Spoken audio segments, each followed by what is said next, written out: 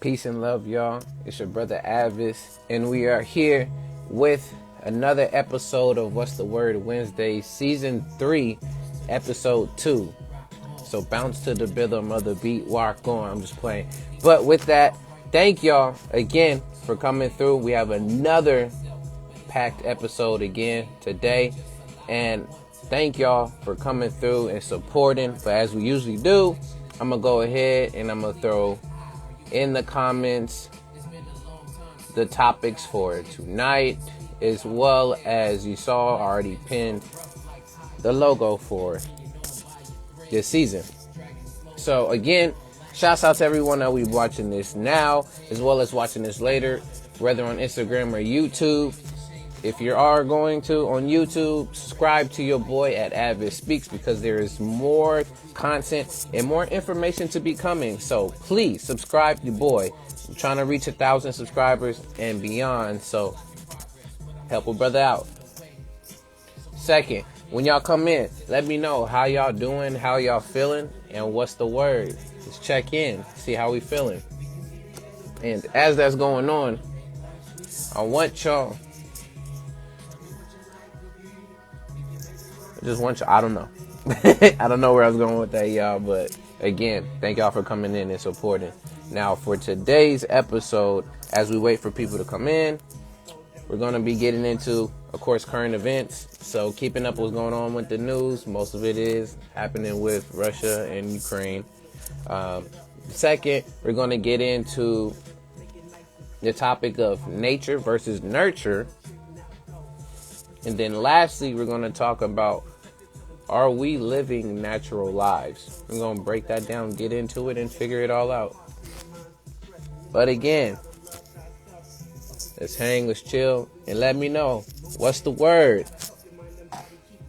So let me move some more stuff around to get this news all together. But there is so much happening. The oil prices, it's a lot. But let's see. Give it a few more minutes, not even minutes, seconds, and then we're gonna go into the show song, and we're gonna get this episode started.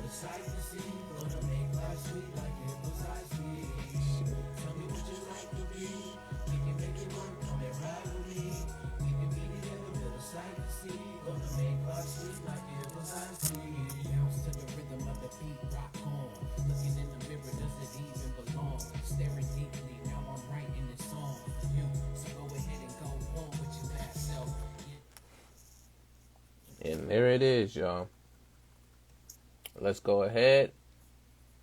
And again, we're going to do the show song, and then we're going to hop into these current events. So, with that, y'all, if you know the song, you know the song. If you don't, you'll learn and then sing along. And you won't have to worry about hearing me sing, because soon there will be lyrics to this. But in the meantime, y'all let me know, what's the word, y'all? What's the word? What's the word, y'all? What's the word? What's the word, y'all? What's the word? You tell them like, what's the word? What's the word? What you heard? We gotta know, yeah, what's the word? Again, peace and love, y'all. It's your brother A.D.V.I.S, and we are here with another episode of What's the Word Wednesday, Season 3, Episode 2. And shouts out to the brother Chicken and Beef TV in the building. Let me know how you doing, how you feeling, and what's the word? What's the word, brother? But with that, again, y'all, thank y'all for coming through, coming in and support. We got a lot we want to talk about tonight. Again, shout outs to those who are here, as well as those who will be watching this either later on Instagram or YouTube. If you're on YouTube, subscribe to your boy at A.D.V.I.S Speaks, and we're going to keep it there. And now, again, topics for tonight that we're going to be getting into. We're going to be getting into current events, which I'm going to do the news section. It's going to take a minute. So if you want to leave for a bit and come back later to get to the next topics, you're more than welcome to. But we're going to do the news, do some follow-ups, some check-ins. Second, we're going to get into the topic of nature versus nurture. as well as lastly, the last topic we're going to get into and talk about will be, are we living natural lives? So this whole state of, you see where I'm going with these topics. Hopefully you do. If not, it's all good.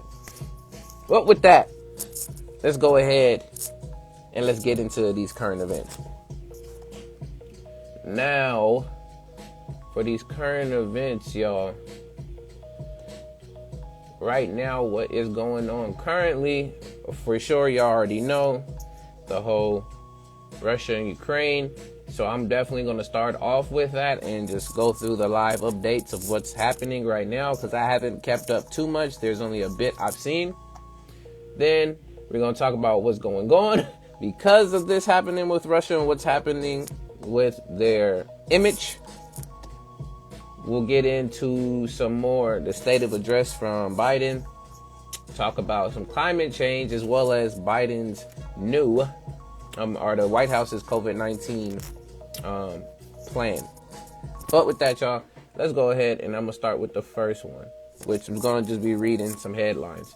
But yeah, it says tonight is a mixed bag, brother, but all is well. I'm glad that you're doing well. And if it's a mixed bag, it's all good. Like, such is life, I should say. C'est la vie, such is life, all of that. But thank you for sharing, brother. Right. So, live updates. I'm going to go scroll down a little bit for us. But, woo, there's so much, y'all. So, I'll just start here because there's so much. But one of the headlines here says police, and this is about 3.5 hours ago. Police in St. Petersburg arrest at least 350 anti-war protesters, according to a local monitor site. So we got protesters being again arrested.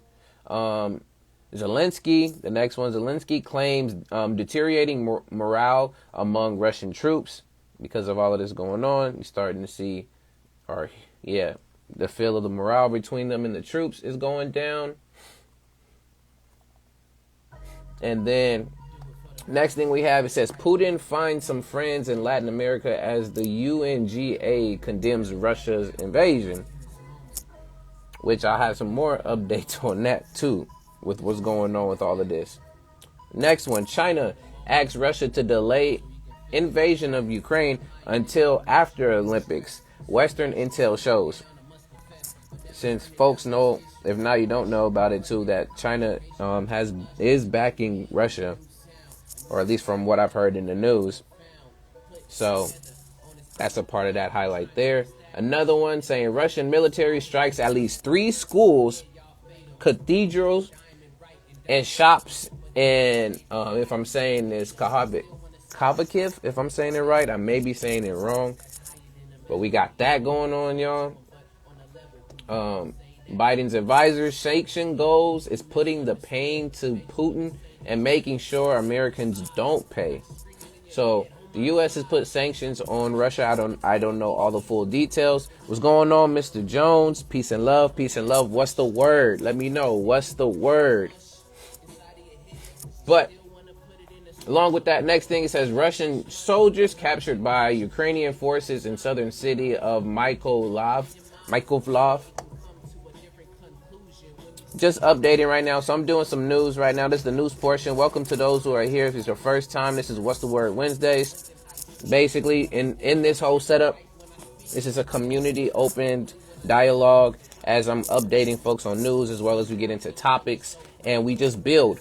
Just speaking on what's here, or even what you may have in mind. I just want to know what's the word, how you doing, how you feeling, and what are you doing to keep yourself going. So this is what What's the Word Wednesdays is about. So I see you in here. Dog Days is over, aka Hector. I see you in here. Peace and love. What's the word?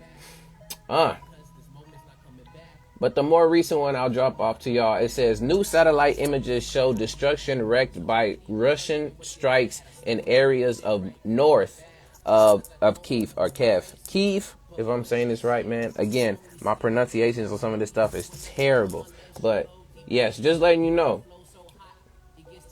there's so much going down with the Russia-Ukraine thing. There's news updating every minute around the hour. So I'm not going to keep up with everything, but just know there's a number of more news to come. But that's Russia and the Ukraine updates. And this could all be seen on CNN. So you can check that out there on CNN. Now, next article I got for y'all. And again, this is the news portion. If folks don't want to stay in for the news portion and want to come back for the conversation of the topics, they'll take about 20 minutes. So if you want to jump out for 20 minutes and come back in, you're more than welcome to. If not, appreciate y'all sticking through with me. Yeah. It says, dang, that makes me think about when we was going to war on China or something. Basically. But because of this too, or I should say Vietnam, and how when the troops came back from Vietnam, how their image, I'm just going to say this, their image and their reputation was destroyed. People really were upset, were mad as folks when they were in Vietnam. I have some articles going on with people in different global companies, different countries, and even sponsorships are pulling away from their ties with Russia. So I'm going to read an article about that and we'll continue. But next article is coming from NPR, and the headline reads, "One by one, global companies are cutting their ties with Russia." So again, let's see what global companies are talking about. They're cutting ties with Russia. Usually when I'm reading these articles, again, there's only 3 paragraphs and we are out. So yeah. So article reads, companies from Apple to ExxonMobil are either exiting or cutting their investments in Russia, adding to the country's economic pain following its invasion of Ukraine. Russia is buckling under a raft of severe, wide-ranging sanctions imposed by the U.S. and its allies. They have restricted the country's access to its overseas currency and reserves and barred many of its banks from SWIFT, a global network that financial firms use to conduct transactions. So there goes part of what those sanctions are, y'all. Those are the updates with them, which is basically no overseas currency reserves. They're barring them from using banks, and the global network financial firms is being blocked. As a result, the value of the ruble has plummeted, or the ruble, which is the Russian currency. Russia has been forced to raise interest rates sharply, and the country has kept its stock market closed to prevent further economic and financial pain. So they got a lot going on, y'all. Oil companies are cutting their ties. So like I said, ExxonMobil, Shell, to say another, as well as who else? Volvo Cars, General Motors, Harley-Davidson, Apple, Dell, UPS, FedEx. There's just a number. I'm not going to list all of them in here, but just know, again, this article comes from NPR, and the headline reads, "One by one, global companies are cutting their ties to Russia." So this whole situation. So usually, honestly, that's one, personally, this is my side to the articles. That's one effective way of keeping people accountable, or keeping companies, things, and all these such in situations accountable, is you hit them where it hurts. Usually that's their pockets, it's the money. Your GDP, it really reflects on how well your society and your country's doing, and that revolves around the money and currency. So if you're getting hit in your pockets, you're gonna be having a terrible time when it comes to your country and things of that sort. So yeah, let's see what y'all doing here. It said head of Warner, the head of Warner has ties to Russia, or so I heard from AJ+. Interesting. Okay. It said other invade the king kung fu. Bro, so goofy with that. Hopefully not. We don't need any war, any more drama than the U.S. already has, dealing with its own citizens and folks that we don't like to deal with, our own situations and problems. But again, Let's move on to the next one. Let's go move on to the next one. I'm going to skip out this one. I want to touch on the one thing that has been interested to me now since we got this war going on, or, this whole big situation happening over in Ukraine, is what's the updates with COVID? So how that's doing, like what's going on with that? I've been hearing, at least through the ears, that there's been lifting of mask updates and just changing of the whole protocols again when it comes to COVID. So this article I have here, which comes from NPR, speaks on a plan for COVID to get back to normal. So let's see what it is. So headline reads, the White House has a new plan for COVID-19 aimed at getting things back to normal. So, again, I'm only going to read three articles. I'm only going to read 3 paragraphs and then we are out. So, again, if you want to read more of the articles, I say the names and where I get them from the websites, and you can go look up those titles specifically and you can have more information. So, article reads, the White House on Wednesday unveiled a new roadmap for the COVID-19 pandemic, one that envisions life going back to normal after 2 years of crisis, provided for people to get tested and treated for the disease while staying vigilant for new variants and outbreaks. We are clearly going in the right direction, and with all the interventions we have, I believe that we are prepared for the possibility that we will get another variant with regards to vaccines, boosters, testing, good masks, and antivirals. Dr. Anthony Fauci, chief medical advisor to the White House, reports. There are 4 main goals, and this is the name of the plan, of the 96-page plan. The 4 goals: 1 is protect against and treat COVID-19. 2, prepare for new variants. 3, prevent business and school shutdowns. And 4, help vaccinate the rest of the world and save lives. Those are the 4 points that they have in here. So I'm not gonna get any further into this again. But just know this article comes from NPR and the headline reads, the White House has a new plan for COVID-19 aimed at getting things back to normal. Okay. So yeah, those 4 points seem like a high schooler could have done it. But again, don't mind me. Instagram, YouTube, Facebook, all these other different places. Don't get on me. This is all articles coming from NPR, CNN, and MSN. So don't get on me. Get on them.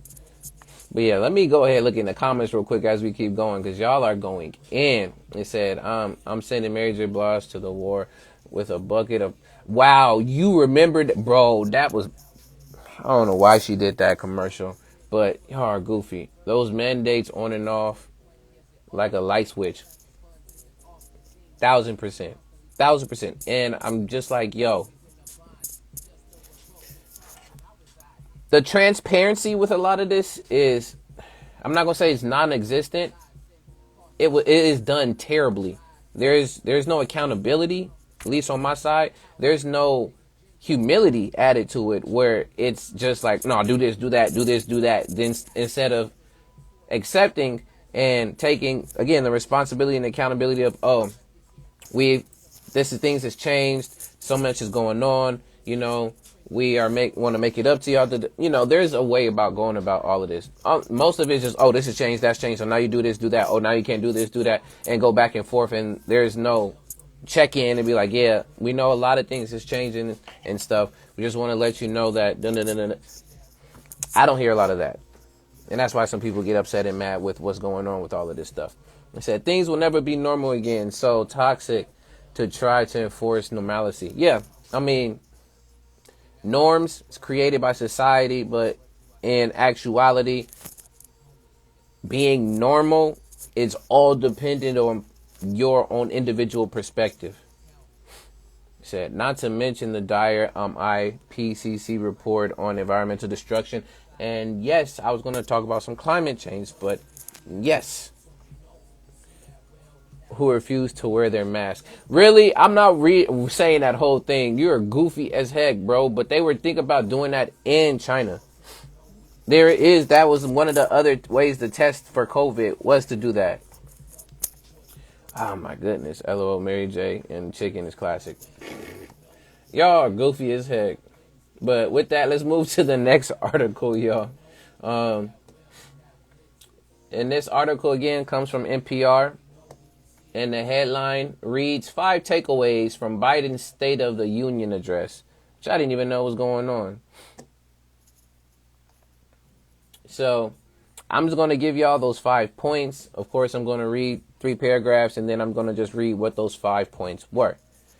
So with that, article reads, President Biden's first formal State of the Union address focused on Ukraine, inflation, the coronavirus pandemic, and a 4-point unity agenda. He urged world unity in standing up to Russia, listed ways he's trying to address rising prices, and all of y'all, so much inflation is terrible. Gas just went up like 40 cents where I'm at. I just spoke about this last Wednesday. And from there, it went up 20 cents. So within the last like month and a half, it's already almost went up a whole $1.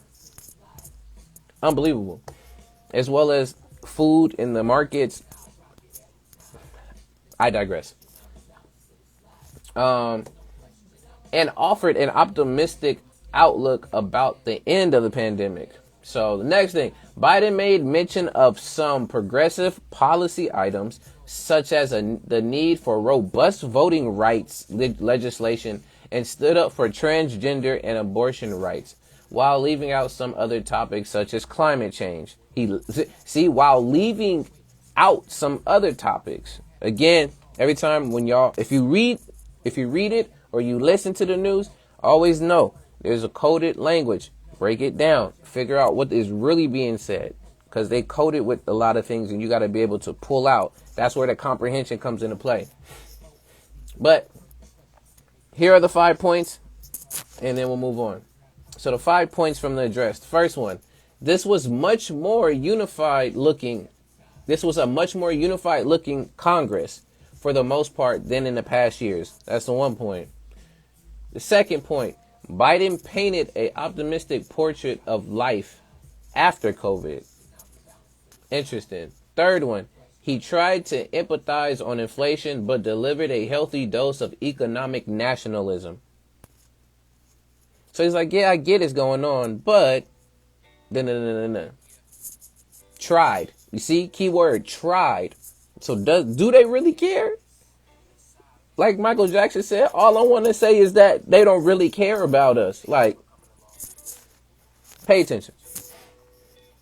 4, Biden touted his accomplishments and punched back against Republican attacks. Boom.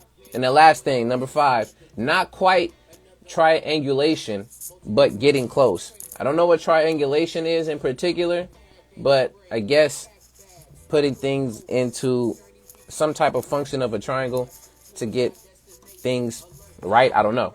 But those are the 5 points from that address. Again, this article came from NPR and the headline reads, 5 takeaways from Biden's State of the Union address. But yes, y'all said, I'm going to be lurking while I eat to support. Learn this from Twitch. Keeping the live stream open as you go about your day. Yeah. Oh, do your thing.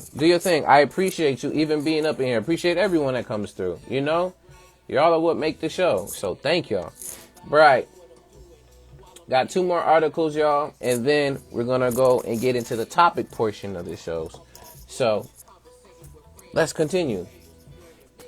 Next article we got, again, the rest of these are from NPR. It's NPR, MSN, CNN, and then sometimes other offshoots of articles and websites is where I get my news from, if you wanted to know. But again, NPR, headline reads, Climate change threatens nearly 1/3 of U.S. hazardous chemical facilities. So, 3 paragraphs and we're out. Let's see what's going on with this. Article reads, nearly 1/3 of the hazardous chemical factories in the United States are at risk from climate-driven floods, storms, and wildfires, according to a new analysis by the Government Accountability Office. The federal watchdog analyzed more than 10,000 factories, refineries, water treatment plants, and other facilities that manufacture, store, or use dangerous chemicals. They found that more than 3,200 or 3,200 of them are located in places where they face damage from sea level rise, hurricane, storm surge, wildfires, or flooding from heavy rain. The reports on the Environmental Protection Agency to require facilities, the report calls on the Environmental Protection Agency to require facilities to prepare for floods, power outages, and other effects of climate change. Climate-driven storms have damaged numerous chemical plants, refineries, and water treatment plants in recent years.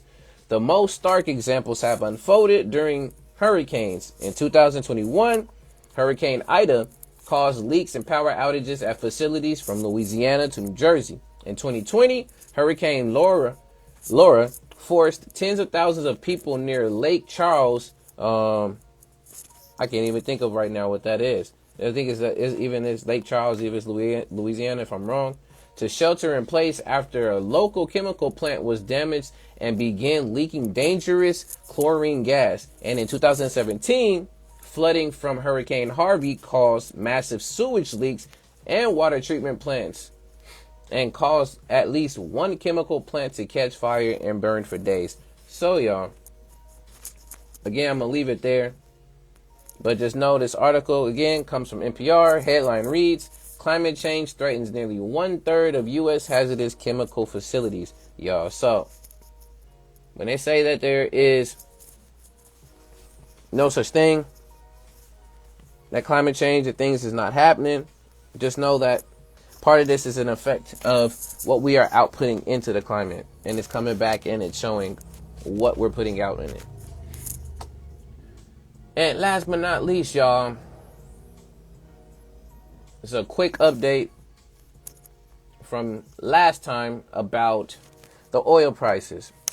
Now, I don't want to keep complaining about it, but at least want to let y'all know now what is going on with the oil prices, which before they said that it reached a high of $100 a barrel. Now they're saying that it is soared up to as high as $115 a barrel. And again, I don't even know how much is in a barrel, but it's an equivalent to however much we're paying for gas wherever you are, plus of course, the money that has to be made, the profit from off top of that. And part of it is because the prices are soaring is because, again, what's happening in Ukraine with Russia. But let's read again these 3 paragraphs and we'll move on to the second topic for tonight's show. So, all right, article reads, the headline, again, this is a headline reads, oil prices surge as fears about Russian crude supplies intensify.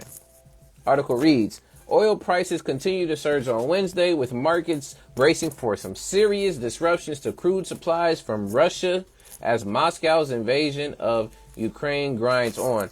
And from last week, Russia has about, I think, 11 to about maybe 12% of the world's population of gas. So that's another thing keep in mind.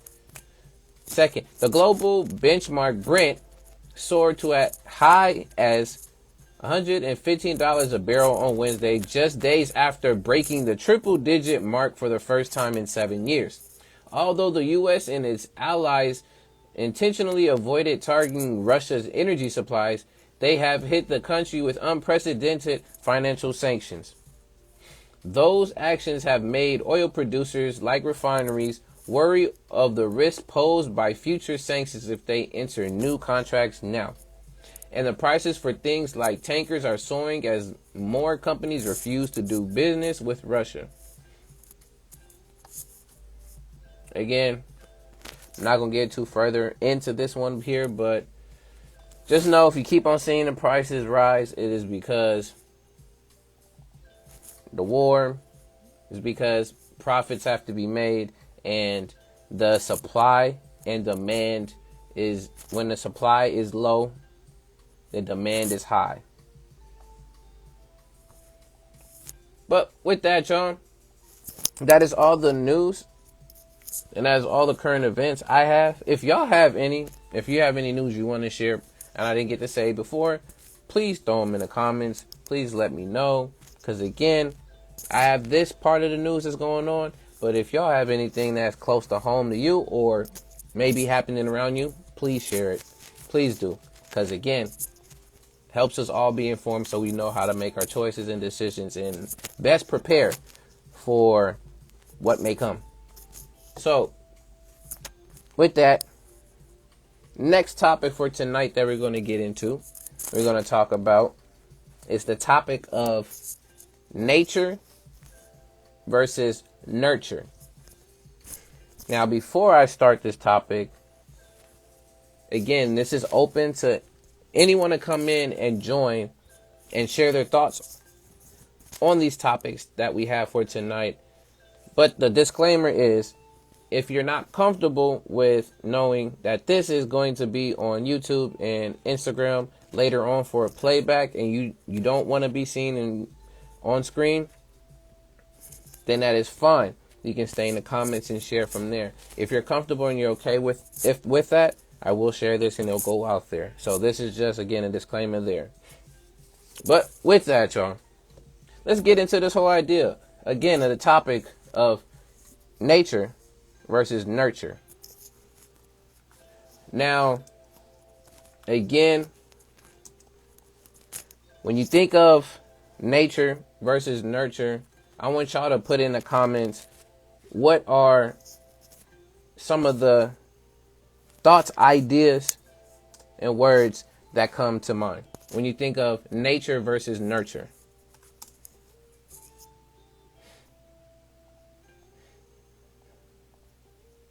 Or even if you haven't never heard that phrasing before, nature versus nurture, what do you think that means?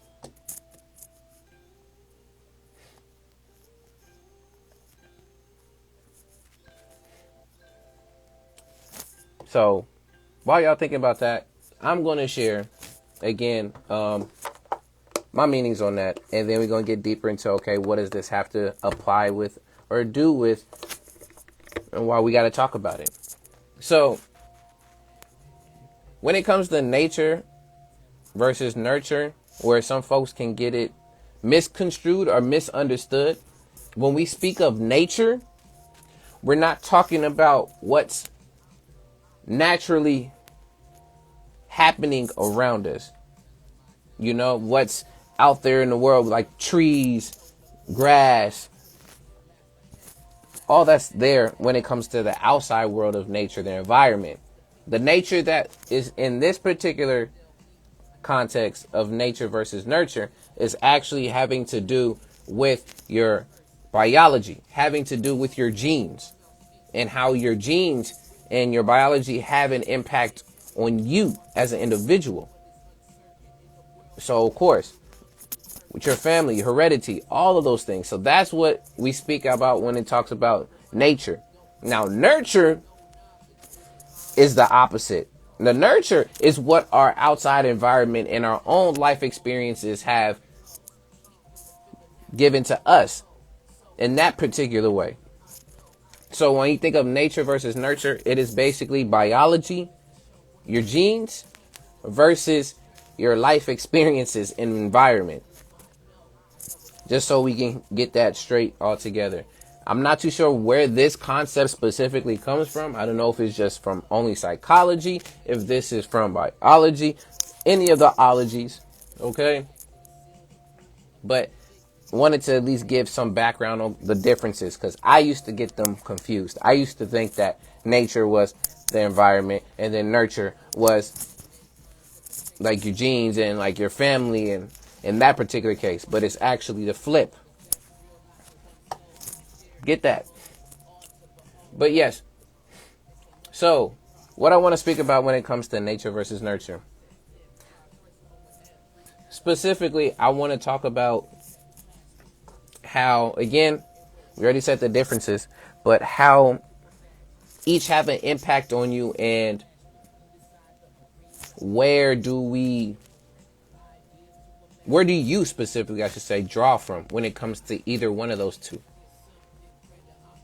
So when I think of nature versus nurture, and where that has a whole plan and span, and for me is, again, being able to show us how we continue to have life experiences, as well as how much our family and our own genes have an impact on how we, perform. So with nature versus nurture, you want to come to understand how it can either have positive outlook for you, negative outlook for you, the pros and cons. So when I think of nature, in my particular case, and how my genes and my biology has an impact on what I do, for me, luckily, I don't have too many different diseases that run in the family, at least that I know of. I don't know about anybody in my family that has hypertension. I've had family members who do have diabetes, as well as family members who have asthma, things of that sort. But when I look at how my biology and how I'm able to move and work, luckily for me, I'm able to get things done. I'm able to address situations where some folks may not be able to. So the whole idea too of ableism, and being able to know that some folks aren't able to do exactly everything that you are. So I'm glad that I'm able to talk. Some folks, deaf and can't speak, braille, blind, all of those different folks. I'm grateful for having those particular things. And you're not gonna say, to me, that's biology again, because some folks they're born. They can be born deaf, born blind, all these different things. Now, how my nature helps me also throughout my daily life is, again, with the certain genes that I have. For me, I am very athletic, but I don't necessarily always use my athleticism. But in the job that I'm in right now, I'm for sure definitely using a lot of that, because all I'm doing is moving boxes, moving furniture, moving a whole grip of different things. So I'm utilizing my strength. Again, that can also come down to my biology of me being biologically a male as well, having that more strength. But ultimately, for me, what nature shows me is what my capabilities are. I look into what those capabilities are, and then from there, I get to also test what my quote unquote limitations are. And then you get to strive for something, strive towards either improving or getting better at it. Basically, like going to the gym, being able to improve on your physical strength. I mean, as well as if you have family members also that have suffered or experienced dementia, being able to continue to nurture your mind, give that back to your mind so that you can keep your mind in function. So a lot of things about, and I want to bring up another book. Shouts out to you. I see you, brother. Thank you for being here, Cuzzo. Prolific Hands in the building. But a book I want to shout out in particular that really does speak to this whole nature versus nurture, but specifically I want to talk about it on nature, is a book called The Biology of Belief by Dr. Bruce Lipton. And in that book, he speaks about the whole idea of basically you have the ability to change and alter your genes based off of, again, just purely what you believe and what you think. And that concept, again, is called epigenetics. So epigenetics, being able to change the effects of your DNA based off of what you believe. So again, fighting certain hereditary diseases in your family, changing the thought around it, learning how to eat right, learning how to exercise, learning how to properly, again, heal the body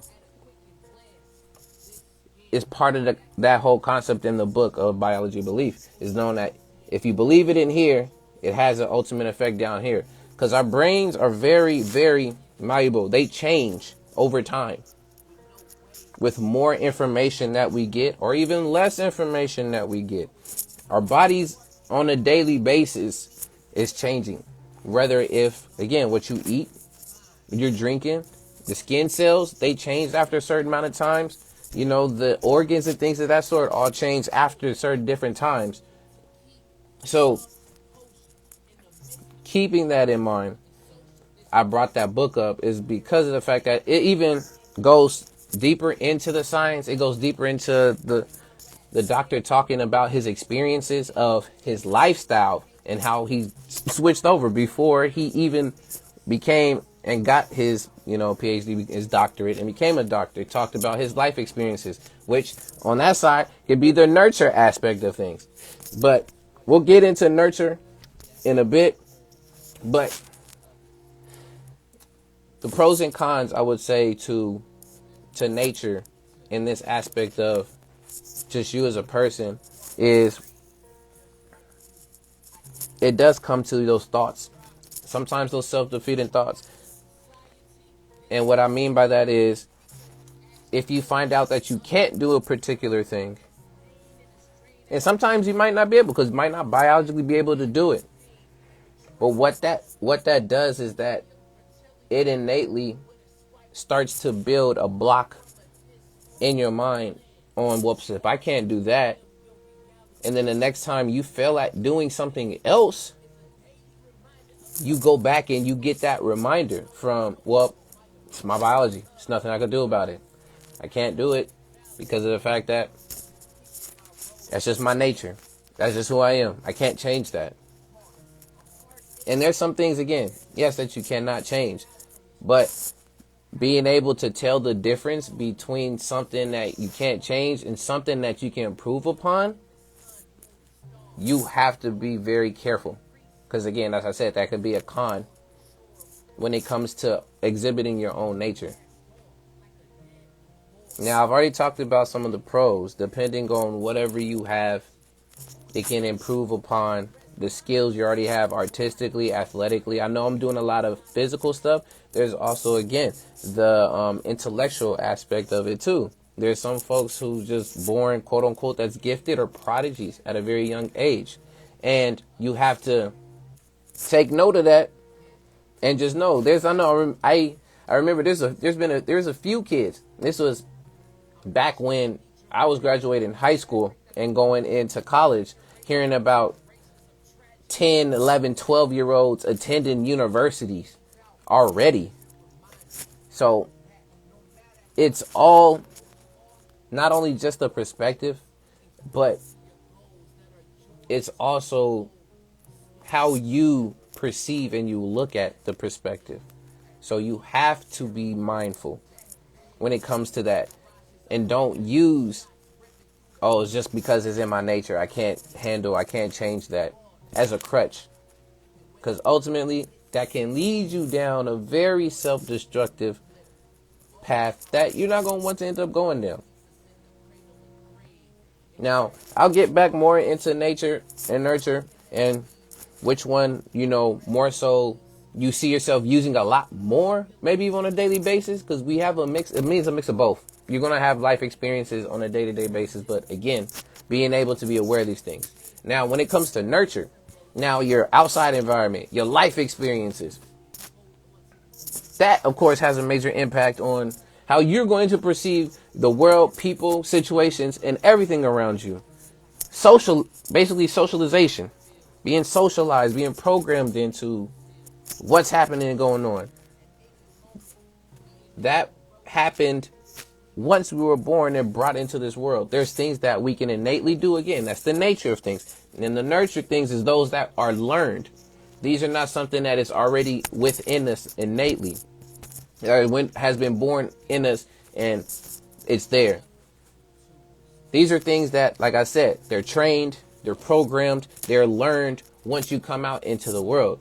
And depending on who your teachers are, when it comes to your parents, what's going on at home, those environmental factors, your city, house, wherever it is, has a play on how you're not only raised, but how you look at social relationships and interactions with people around you.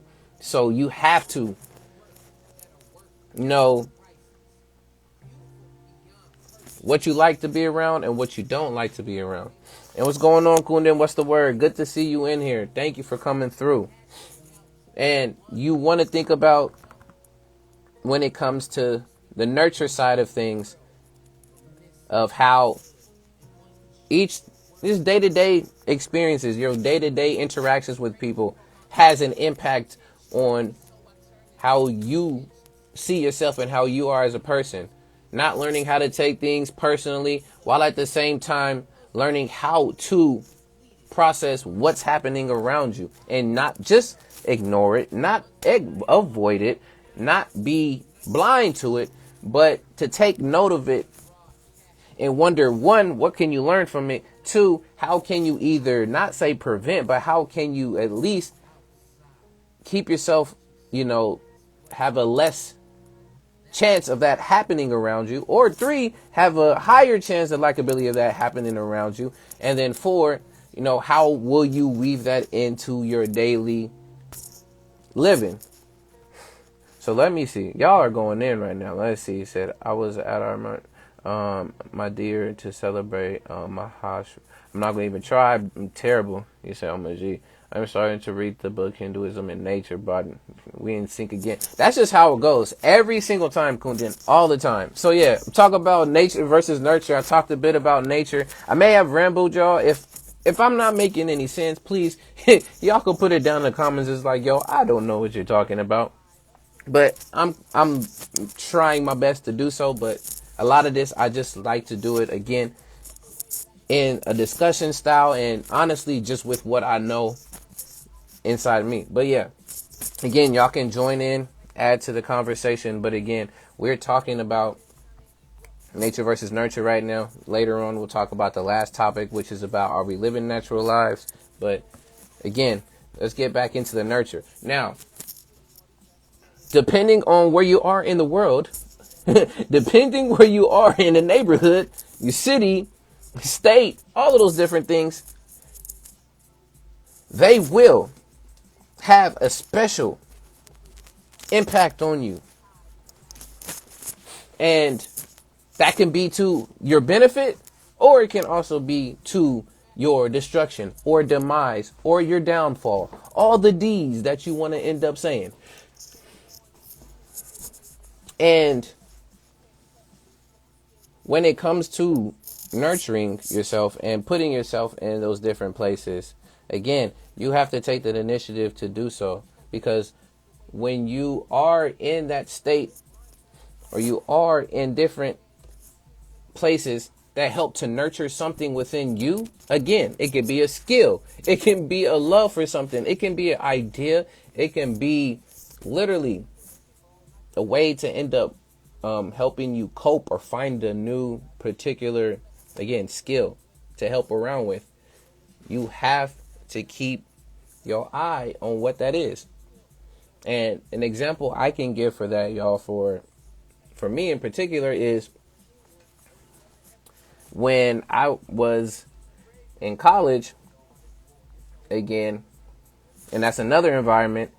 And that environment in particular definitely helped me to not only open my mind up more, but it showed me the realities of not only life, but religion, relationships, and how you have You think you can have a quality interaction with a person, but then find out days later that it was all a facade. But some of this y'all would say is common sense.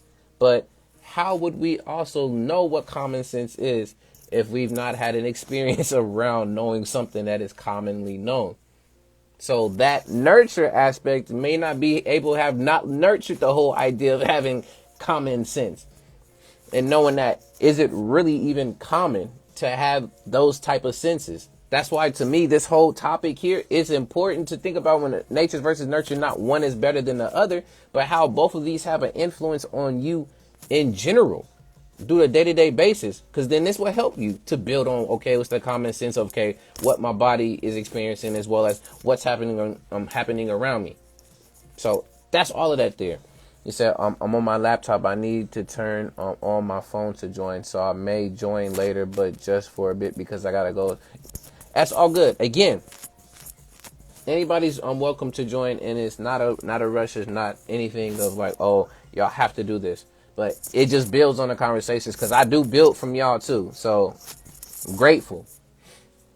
So getting into at least the last thing now with nature, or I should say with nurture. And then I get around to the whole point with this. Now, some of the pros and the cons with nurture. Of course, a con, again, having to do with who and what is around you in your environment. So if you grow up in a broken home, you grow up in a very dysfunctional place, that's part of your programming. You're going to end up having dysfunctional relationships because that is all that you have known. You were born up to know that. You learned that. Again, this is something that is outside of you. It's not something that's innate, like nature, your biology, what you already have. And when you have that programming running, it ultimately creates more obstacles and more barriers for you to have different life experiences later on. Now you probably asking me, okay, why? Okay, we know that that's a thing. Okay, but then how do you get over this stuff? How do you end up finding ways around if you grew up in dysfunction? Or honestly, if you grew up in a good function, but ultimately you decided I wanted to go the opposite way, how do you end up finding your way back there? And do you even need to do that? What if it worked well for me? Like, it's all good. Like, I shouldn't even change that. My only thing I will end up saying is, just question yourself. Ask yourself, are you truly happy? Do you feel glad when you wake up in the beginning of the day? How do you feel throughout the day? What do you look forward to doing? What are you passionate about? You ask yourself all these questions, and it'll start to help you have an insight into, okay, am I in the right environment?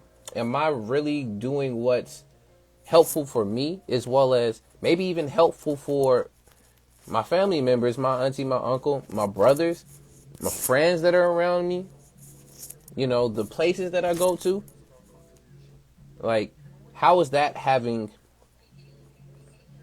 again, you can use positive and negative impact on me of where I want to go, what I want to feel, what passions do I want to explore, etc. To combat those different things is just sit there and just ask yourself questions. If you really want to do it. If you really don't want to do it, then, again, you live your life how you want to, but just know ultimately that you can be your own downfall just because you want to use ignorance is bliss. You ignore the fact that stuff is really happening. You know it's right there, but you ignore the fact that it's happening. And you decide to still press forward and get upset when things don't go your way. You got to take a step back and you got to want to know what's going on before it's gone. Shouts out to before it's gone. But as I continue, let me go ahead and read some more comments.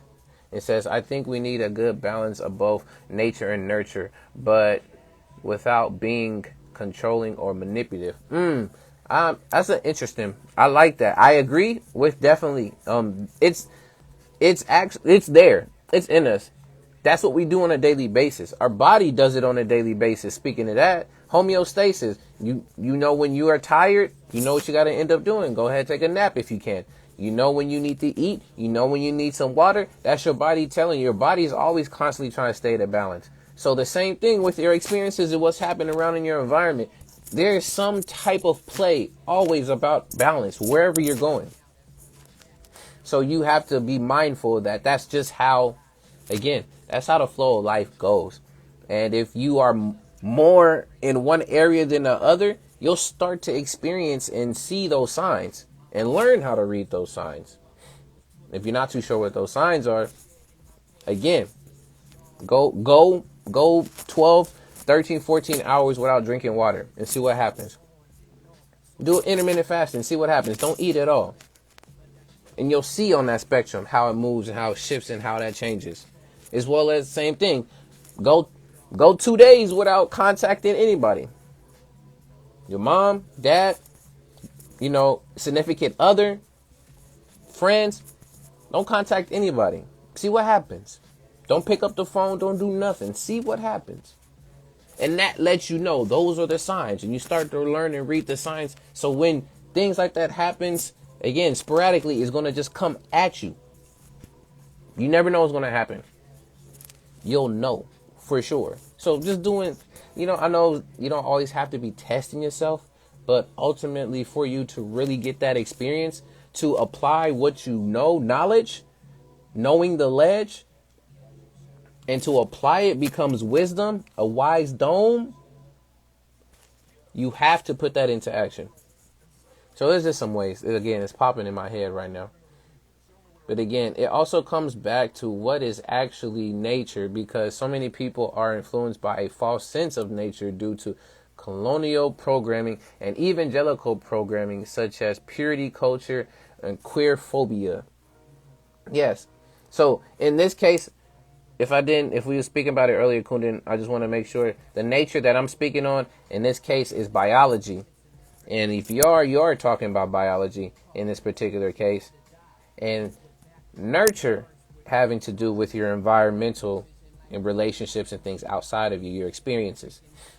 But I can see what you mean. That's why you have to pay attention to what propaganda and what is being said to you, what phrases, what wise sayings that people tell you, and figure out why those things are being used and why you like to say those things. Like a whole thing of kill two birds with one stone. Why is there a necessity to just tell people, okay, learning how to get things done, getting two things done at one time? Why can't we just say two things done at one time? Why is there such thing of why you're trying to kill something? To give that, again, analogy. You can question things. It's okay to question things. But there is, again, that balance. You're not going to question everything to a point where you're starting to question, okay, what is this remote? Okay, where was this remote made? Okay, how many colors does it have on this remote? All right, if this remote was never made, what would I have done? You're not getting to a point where you're literally playing 21, maybe 10,000 questions with just one thing. There is a line. And you don't have to go completely over the line to get to the point and get to where you want to, again, go with this stuff. All right, let's see. Next thing it said, the biggest colonial lie is the program that systematic violence plus domination is just nature or even just life. It isn't. The survival of the fittest is something that people, again, I know we've talked about it a lot, but it applies to this here. That whole context of survival of the fittest. And knowing that the stronger nature, the genes, biology of a species will outlast those who do not have those same genes that are stronger, and they will survive.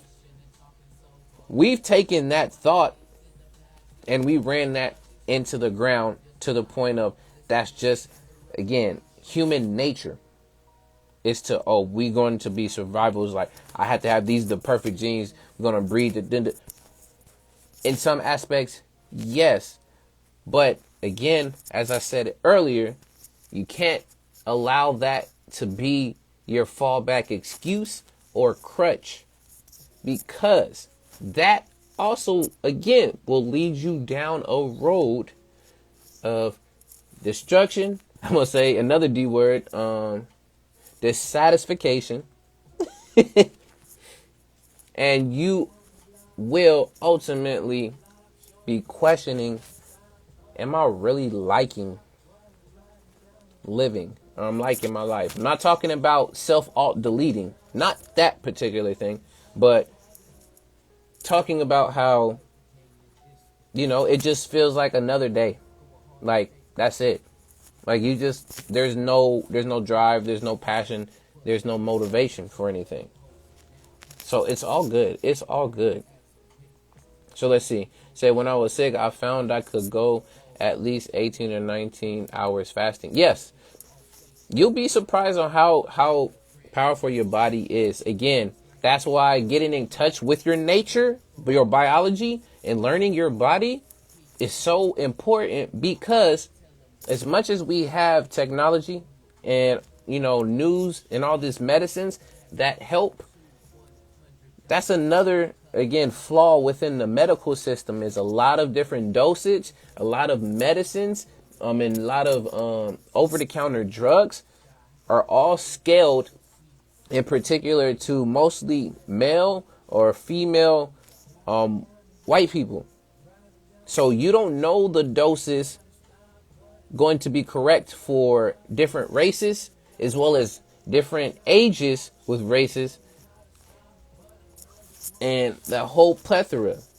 So that can all have a different, effect. And you get the different side effects. You get the commercials of pharmaceuticals speeding through, talking about if you take this drug, then it might experience this, and this and that. So it's, again, not only just doing the testing, but learning to listen to your body, besides when your stomach goes off and you're hungry, but feed it something different.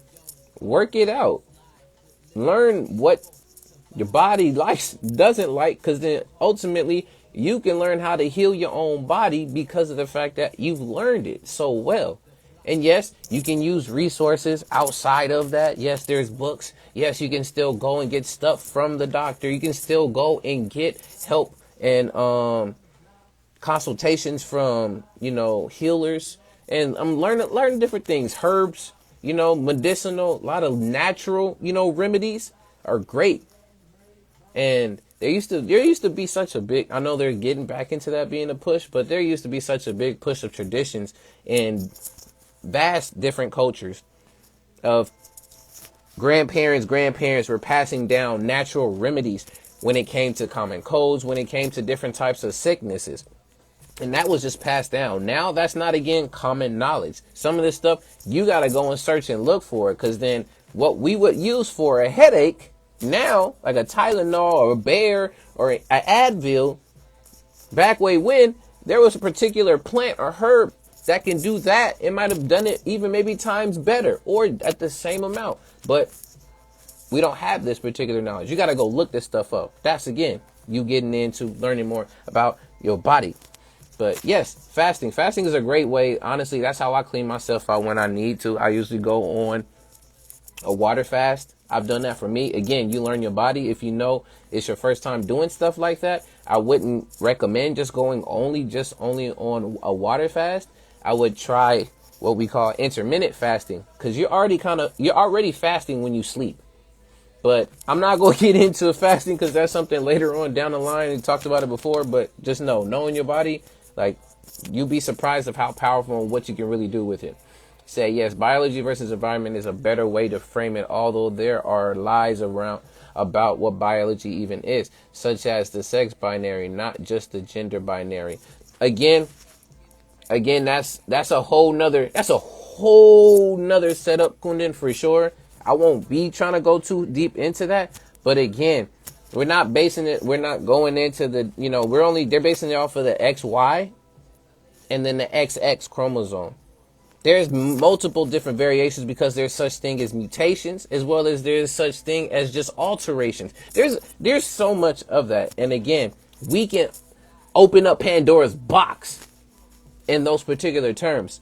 But again, in the general aspect, yes, it does go into a particular binary because there's a whole such thing. We know we got the the feminine and masculine energies, and you have different ones that intermix and intercombine. But again, if we're going to go down that list, we can be here for a really, really long time. That's why it's important not only to go deep into that stuff, but come back out and have at least a general knowledge of, okay, how that's going to help you and push you.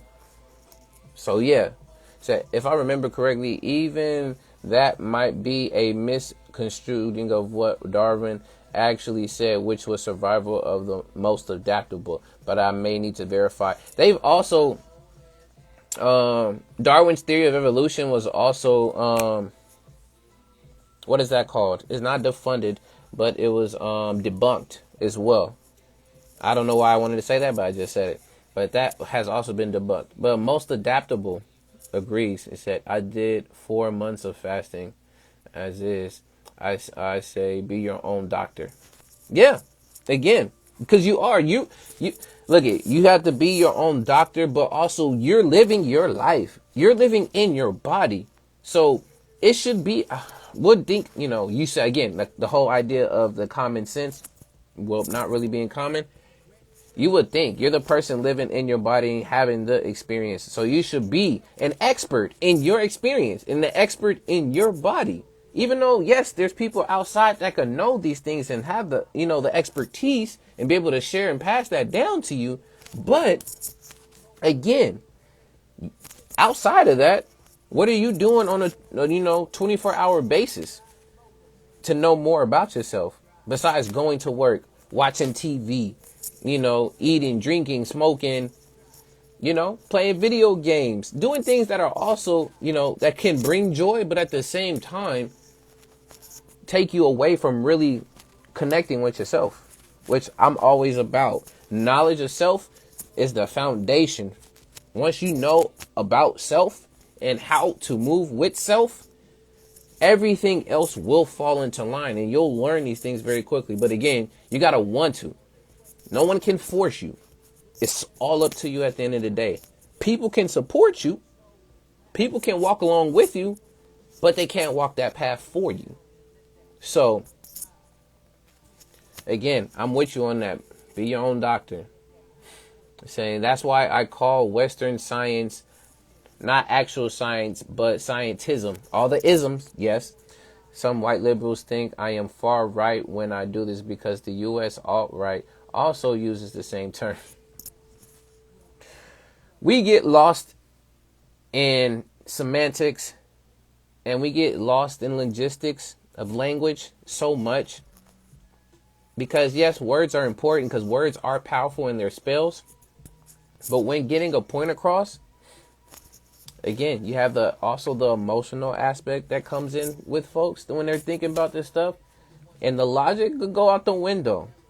It is because one of the things we'll get into just real quick, human nature, is as humans, we are always wanting to know things. We're always wanting to be curious about what's going on around us because of the fact that we want to be able to put things and label them so we can know how to prepare ourselves around those things. So it's easy to have go-to phrases or, go-to labels so that when you're going to, experience it or grab for it or be around, whatever it may be, you know what it is, and you'll have an idea of whether if something goes good, bad, wrong, or indifferent. You know what to do.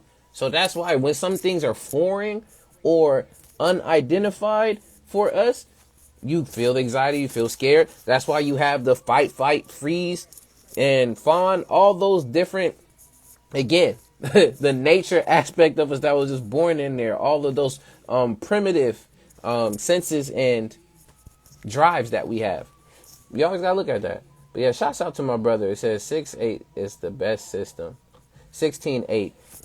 If y'all don't know, 16-8, basically you fast for 16 hours and then you have that 8-hour window to then eat. That's what it means by 16-8. Thank you for saying that, brother. Most of the time, shouts out to the brother artist FMC. because I find that it works very well too. And shouts out to Sean Stevenson. If y'all want to know too, Sean Stevenson, look up the book Sleep Smarter.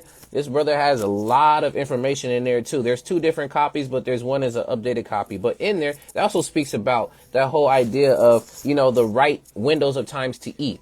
But again, this is not about fasting. This is not about health or anything, but it's important to know these things because, again, nature and nurture versus nurture, or those together.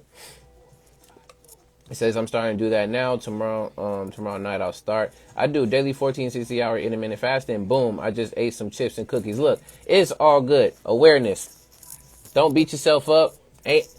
I'm not in here to judge you and point the finger, because ultimately, again, I still struggle. That's my biggest thing is I'm back and forth with it. But it's just because the consistency, and it's just taking the time. Sometimes things that are so comfortable and easy for you to get and you're tired, you just end up just saying, man, just give me that instead. And it happens. But the accountability as well as the awareness, it's all good. It's all good, brother. It said, I make sure that there are at least 18-hour window between meals, which includes grains, because that's how long it takes to digest them. But other than that, it's 16-hour fasting. Yes. There it is. Yeah, a 16-8 fasting ratio is also recommended in Hindu. And I'm not going to say the other one because I'm going to say completely wrong. But thank you for sharing that. This turned into a lot of things with fasting. But hey, y'all. It's the knowledge being passed. But okay, back into nurture. You already the pros. It's all dependent again on your circumstances and how you go about it in your mind. That early on programming. Now, in the whole role of both nature versus nurture, why even want to talk about this topic? Why bring this up? What is this even needed to look at? Like, why do we even need to look at this or talk about it? Well, because of the fact that we talk about how, again, we're living life. And we want to know, okay, how well are we doing or living life? What are some ways we can look at that? Well, we can look at the nature, which we look at our biology, and we can look at the nurture, which is our life experiences and our environment. And when we're able to look at that, we're able to have that time of introspection, that time of being able to look and address, did I have a good day? Was I able to do this? What am I going to end up being able to impact, myself, my family, friends, people around me, and ultimately, honestly, sometimes a world, which is another person for me, I say a world. And how will I go about that? And that goes down to all different levels in your life, whether if that has to do with, for a lot of us right now, having to do with health with the pandemic and knowing how social interactions have changed, how different rules, mandates, and regulations have changed, as well as that's impacted not only how we financially are able to support ourselves, so particular getting jobs and things of that sort. So looking at the nature and the nurture of those things helps you be able to craft, your life plan, or be able to make this life less dull than it was before. As well as which one do you tap into more throughout the day, week, month, or whatever it is. Again, you have to look at those things. In particular for me today, I was more tapped in with what was going on with my body today versus what was going on around me. Both was happening simultaneously, but I paid more attention to my body because of the fact of the work that I was doing. I was moving a lot of heavy things today, so my body was feeling it. So as much as I was really around and attuned to my environment, my body was like, yo, I'm tired. My feet are hurting. And when I get into picking things up, I start to get a bit clumsy, start not to be ready, whole grip of different stuff. But it's important to at least have that there. So for me today, I was more tapped in with what was going on with my body today versus what was happening around me.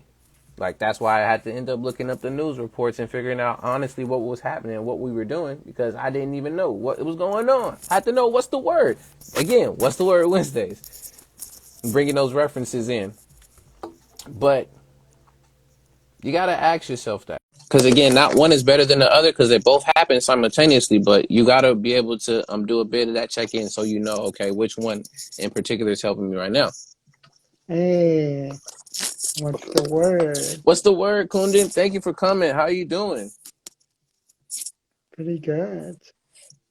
So, I know I've been kind of all over the place, rambling a bit, but I Hmm. really wanted to talk about this because of the fact that it is important. People get confused about what either or is, about what nature is and Hmm. what nurture is, and ultimately just bringing it to the forefront to know how that has an impact again on your day-to-day living. Because yeah, some people will use it like you were saying earlier about how, Hmm. you know, having those isms also impact how, you know, we see ourselves within the system, the different the false senses of what we might think nature is and nurture is, and having to come to Hmm. learn that for ourselves. And that's why I want to dispel it and be like, yo, that's why you want to take time to think about it on your own. I just want to just shed light on it. So Hmm. what do you got for it when it Yeah. comes to nature versus nurture? Yeah, like even how in the early years of the 20th century, the doctors were advocating parents to let the baby or even the toddler, I think, just cry it out Hey Nicole, thank you. Thank you for the follow. without uh, without picking them up and stuff like that and calling it nature when in reality it was just their own bias for Mm, things like that. Uh, and also putting their children in separate rooms, yes. which doesn't create, healthy attachment. Mm, And so, yeah, in more indigenous cultures, or even indigenous oriented, racialized people, we tend to have our child sleep in the same bedroom, if not even the same bed. mm, Yeah, yes. Dang, yeah. the light done turned off. There we go. But yeah, no, man, you made me really just think about that because that's an impact again on the nurture of the environment and how Hmm. if something again, I know I keep using quote unquote negative situations if like things are chaotic, that you know Hmm. energy and things transfers to you know the child that's in that room if you know Hmm. experiencing and seeing that those things happen, as well as we talked about it last time that the whole idea you know those 1,000 days when it came to you know to Hmm. touch and all of those stuff, because again that's a part of also that nurturing process, especially very very young, because it's super vital of how that helps with also the nurture of how we look at different social relationships around different folks and people and how we get to interact that way. Yes, we can have our biology either you know affect us in that way, whether again you were born in you know like the tendons in your knee or something is you Hmm. know very weak, so like only can stand for a certain amount throughout the day and then you have to have crutches later on, you know, Hmm. whatever those particular obstacles are when it comes to you know biology and you know what your body faces, it can have an impact. Like I know and I've heard different experiences. I know specifically speaking about this, and I know I just thought about it, but in the movie Ray Charles, his whole Hmm. his even his what would that be? His that's a biography, or what is that really called? I I forgot think what the biopic, yeah, biopic. biopic, yeah. Hmm. In the movie, literally he wasn't born blind, but it was an experience Hmm. that ended up happening that ultimately at a young age he turned blind. Hmm. And that's having to do with, you know, something that tragically ended up happening, and that was what was there. So all of those all Yeah. mixing together. But go Or ahead. even Maya Angelou didn't speak for a while. She turned mute after being like repeatedly, I think, After, sexually assaulted or raped or I know the case. something. Why the case bird Yeah, sings. yeah, Mm-hmm. yeah. Exactly. Hmm. Now, I know I was talking about it, and you were saying that there's a balance between the two. But yes, I'm going to play the Yeah. detractor right now. And in your particular case, Kundan, which one do you more so pay a lot of attention to on a daily basis, or maybe day to day? Is it the nature that's Hmm. happening around, in your body, or is it the nurture of the environment that's going on more? Not saying you don't do either or both of them together, but which one has a higher priority? Hmm. Well, with my living situation, the way that I am, I think I have to be more aware of my environment. Mm, Uh, just because the the noise next door is like quite often. mm, Yeah, and sometimes I have to like even just get out of here and go to the park or something just to get out of that situation. yeah, Uh, but I do maybe partly because of that, I do also try to be more aware of my body and try to take care of it, especially since I got sick as well. So now I'm more conscious of that as well. Like, yeah, yes. And for those yeah. who don't know who this is as well, too, please, Mm-hmm. this is Kundan, aka Mm-hmm. Akashic Records, or Akashic. Mm-hmm. You man, I gotta see. It's always I have it. Akashic It's a Akashic consultants consultant, have, Chabra. Yeah, I gotta but see. I you're always right. make I sure I have give it right. Akashic Records consultations. Hence, Yes. that's my username. Yeah, Yes, and yeah. reason why I'm bringing this up too is because reason why I wanted to ask you about this too is because if y'all check out Kundan's page, yes, there's gonna be a lot of maybe for some people controversial things being said, but there's a lot of wisdom and whoa. Mm-hmm. Okay, I just got an Well, Amber Alert randomly, but okay, and it wasn't ready for okay. me to speak on anything else you said. But ultimately, I remember you would have not only just your mutual Mondays, but then also you would have videos of you expressing yourself through dance and being very aware Mm-hmm. of your body as well too. So that just came to Yeah. mind when you were speaking about not only because you were sick, but wanting needing more aware of your body. But I in those particular cases, those videos, you showing that awareness of your body, the way that you would move with the tools that you made for yourself. Mm-hmm. Yeah, I haven't even done those in a while. Partly because I got sick, but also even before that, Instagram covertly sort of banned me without informing me, where I couldn't post anything from my phone. I could only post from my laptop or through the Facebook app, which meant that I couldn't post reels because with reels you have to use Instagram app to post reels. And I was doing Mm, the dance videos via reels, like, and I couldn't post stories for a while for the same reason. Like wow. for like almost a whole month, I couldn't post. And they didn't inform me. There was no warning, no explanation. It was just, I thought it was a glitch of either my phone or the app. It Yes. was so weird. Yeah. Shady things happen day to day, Hmm. y'all. Again, Yeah. being aware of your environment and what is going Uh-huh. on and finding that stuff out, whether if it is a natural occurrence or is all this technological occurrences. Hmm. Be aware of that.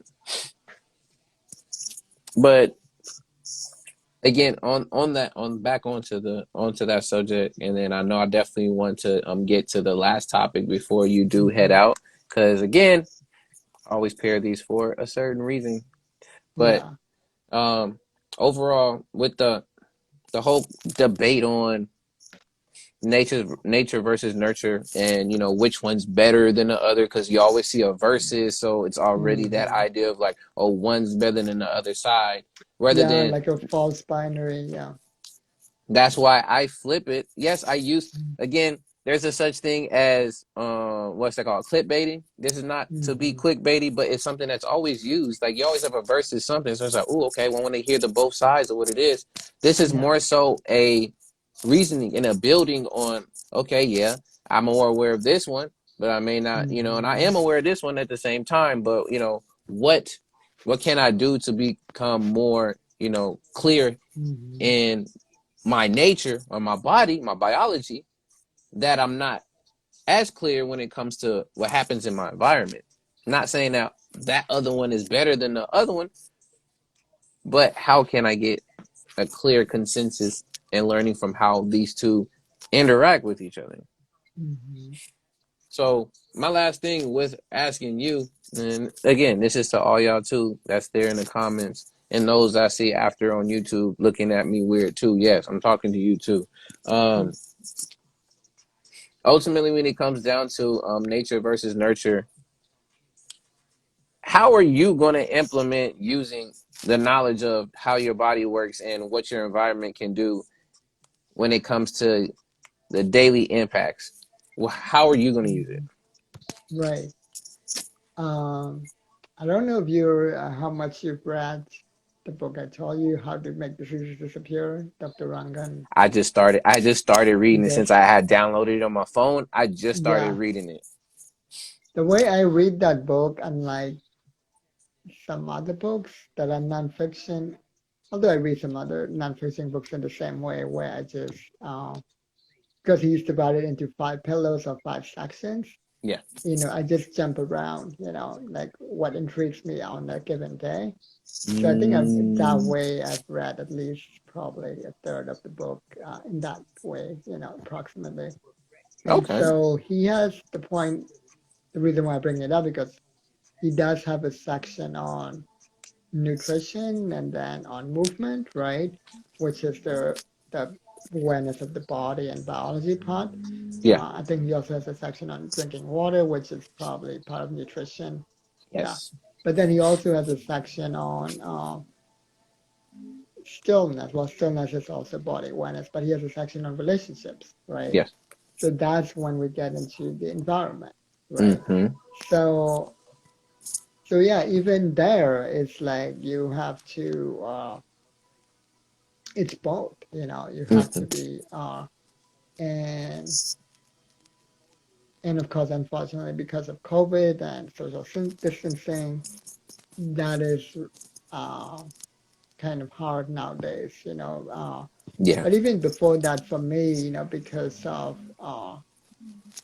racism as well as my process of decolonization, I was already, even before COVID, like leaving a lot of communities, Mm, basically a lot of white spaces, and joining more like communities of color, racialized spaces. yeah. And then COVID hit, like a year after that. So yeah, that's that's been my situation. Yeah, Okay. yeah. See, again, y'all, being aware. I keep Mm-hmm. saying it. And just know when is the right time to leave and move on. Mm-hmm. And it's okay. Like, you don't,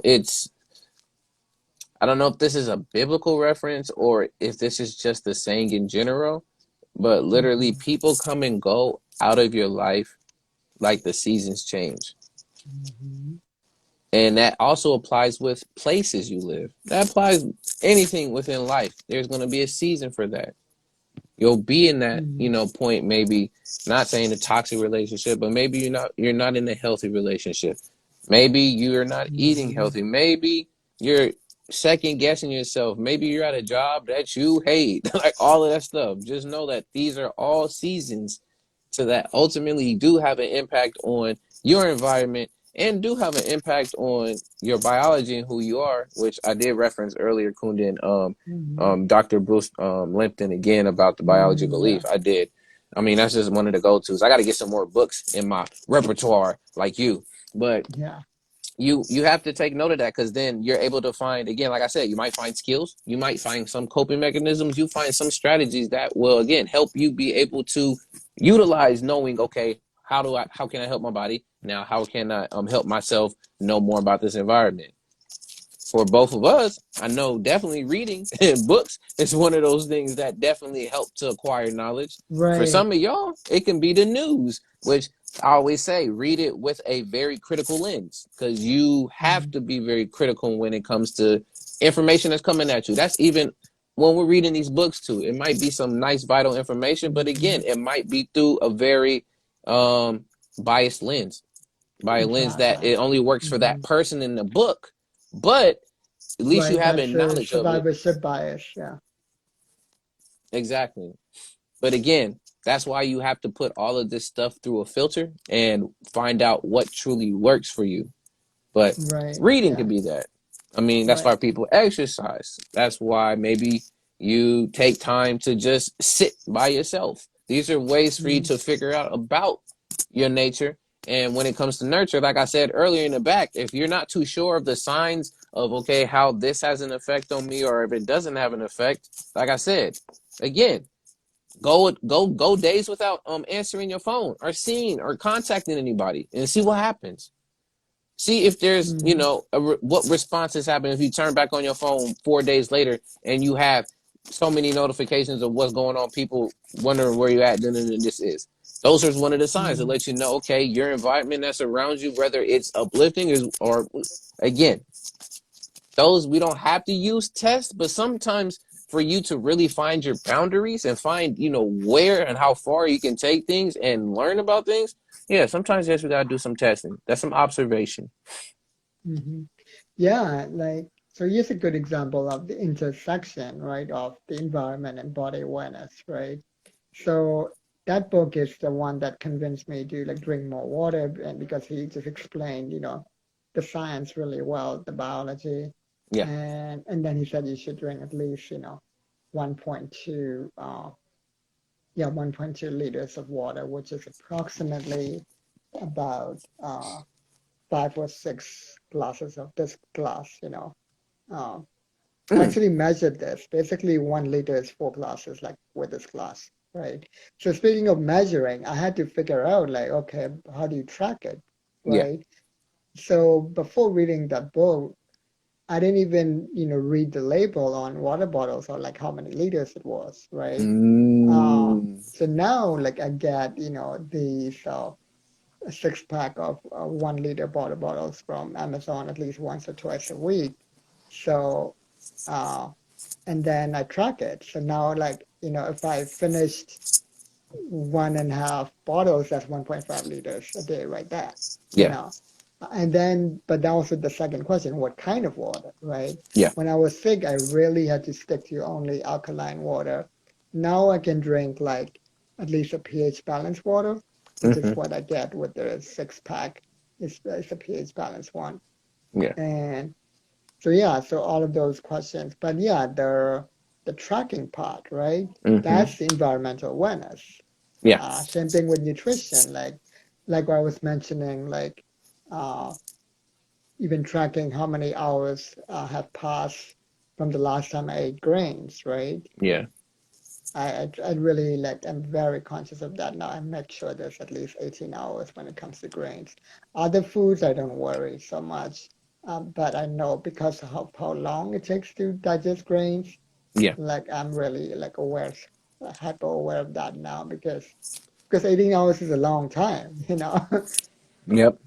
Yeah, Wow. And look it, yeah. and I'm gonna say it again, y'all. And Kundan, the synchronicity on some of this stuff is always Mm-hmm. just so mind blowing. While you were Mm-hmm. speaking, I'm playing a song in the background that I made. It's called Spatial Awareness, and this is talking Mm, about being aware of an environment and in your body. And when you was making that point, I was saying something almost similar to your point, and I'm just like, yo, wow. is every single time, Yeah, every we've single been time. this in sing a lot lately. Yeah.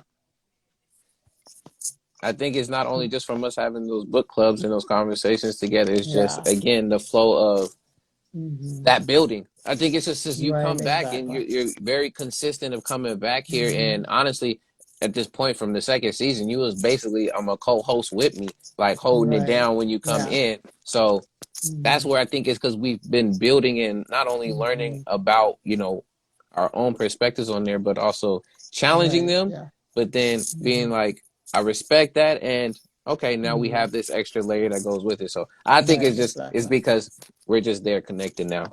Yeah, yeah, And that's what this is, y'all. So again, what's the word Wednesdays? This is that space and that place for us to build.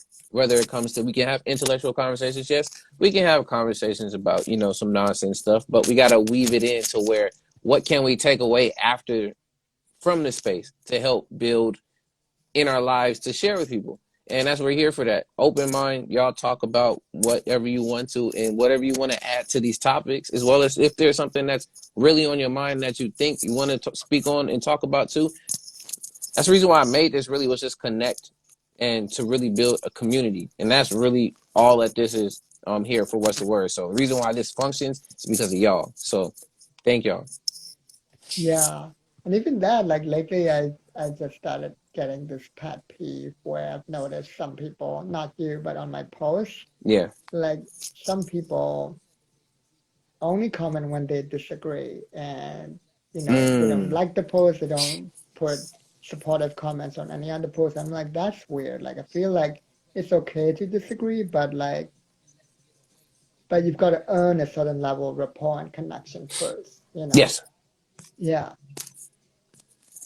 And look, I get you. I've only had a few of those situations before, Uh-huh. and ultimately how I looked at it as was literally, okay, I made my responses, I gave back, and then I watched and I saw it was another example of that happen again. Then I was like, okay, this is gonna be my last time responding, and then after that, Uh-huh. unfollow on this, done this, because Or again, remove the follower. Yeah, quietly just remove the follower. because again, look at, and this is not again to be like, oh, you're infringing upon people's freedom of speech and stuff. No, because then what ends up happening is there is a such thing, and we said it before. There's energy vampires out there. There's people Mm-hmm. out there that they can get so close to you, and when you share your energy with them, you're Mm-hmm. actually fueling them. So that's a way for you to again be able to cut off that energy source, and they Mm-hmm. can't have any of that. So it's not saying, oh, you can't handle the heat of what the person's saying. It's like, no, there's no no no currency. There's no Mm-hmm. reciprocation of energy coming back. It's like it's only going one way. And Mm-hmm. communication doesn't work that way. Energy doesn't Yeah. work that way. And relationships definitely do not work that way. Yeah. And again, this is all in tune with the nature versus nurture, y'all. But Exactly. Yeah. did you have any last point for nature versus nurture so I can get at least into the last topic before you head off for the night? Yeah. Yeah, that's pretty much it. Eventually, at some point it goes beyond balance into those intersections. That's when we get really juicy. Boom. Again, y'all, nature versus nurture. It's important that you get to look at how your body is influenced and your biology influences you on a daily basis, as well as how your environment, as well as what happens in your life, your experiences that you have on a day-to-day basis influences you. Because again, that's why we have our emotions, our moods, our changes, as well as that's how we're able to build.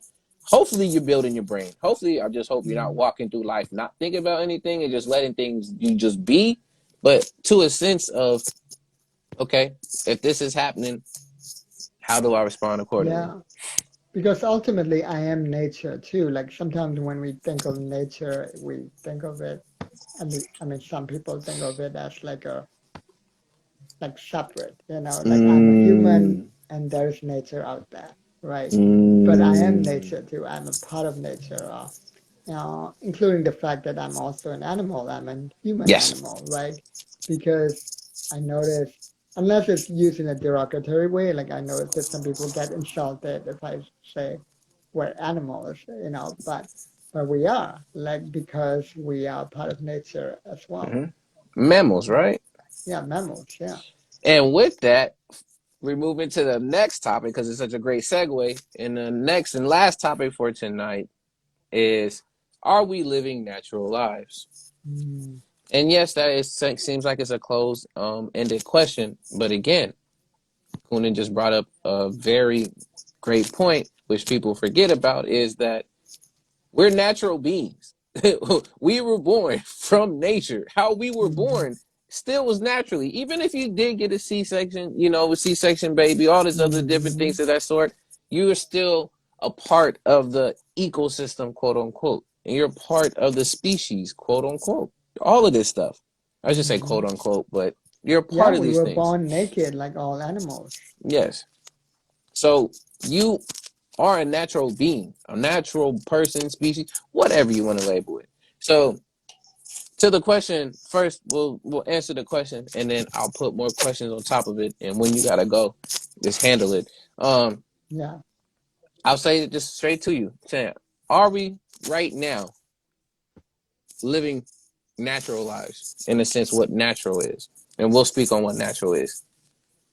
Yeah, I don't think people in the cities are really living that natural lives. It's getting more and more artificial and harder to live uh, natural lives. Like even just the fact that I live in a square box in a giant square box.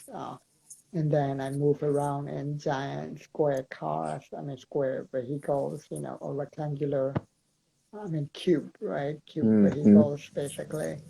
Uh, these cubic boxes, and and it's like because in nature, like a lot of animals live in caves which are round, and indigenous people, if you look at their buildings, their adobe huts, their igloos, they're closer to nature's round.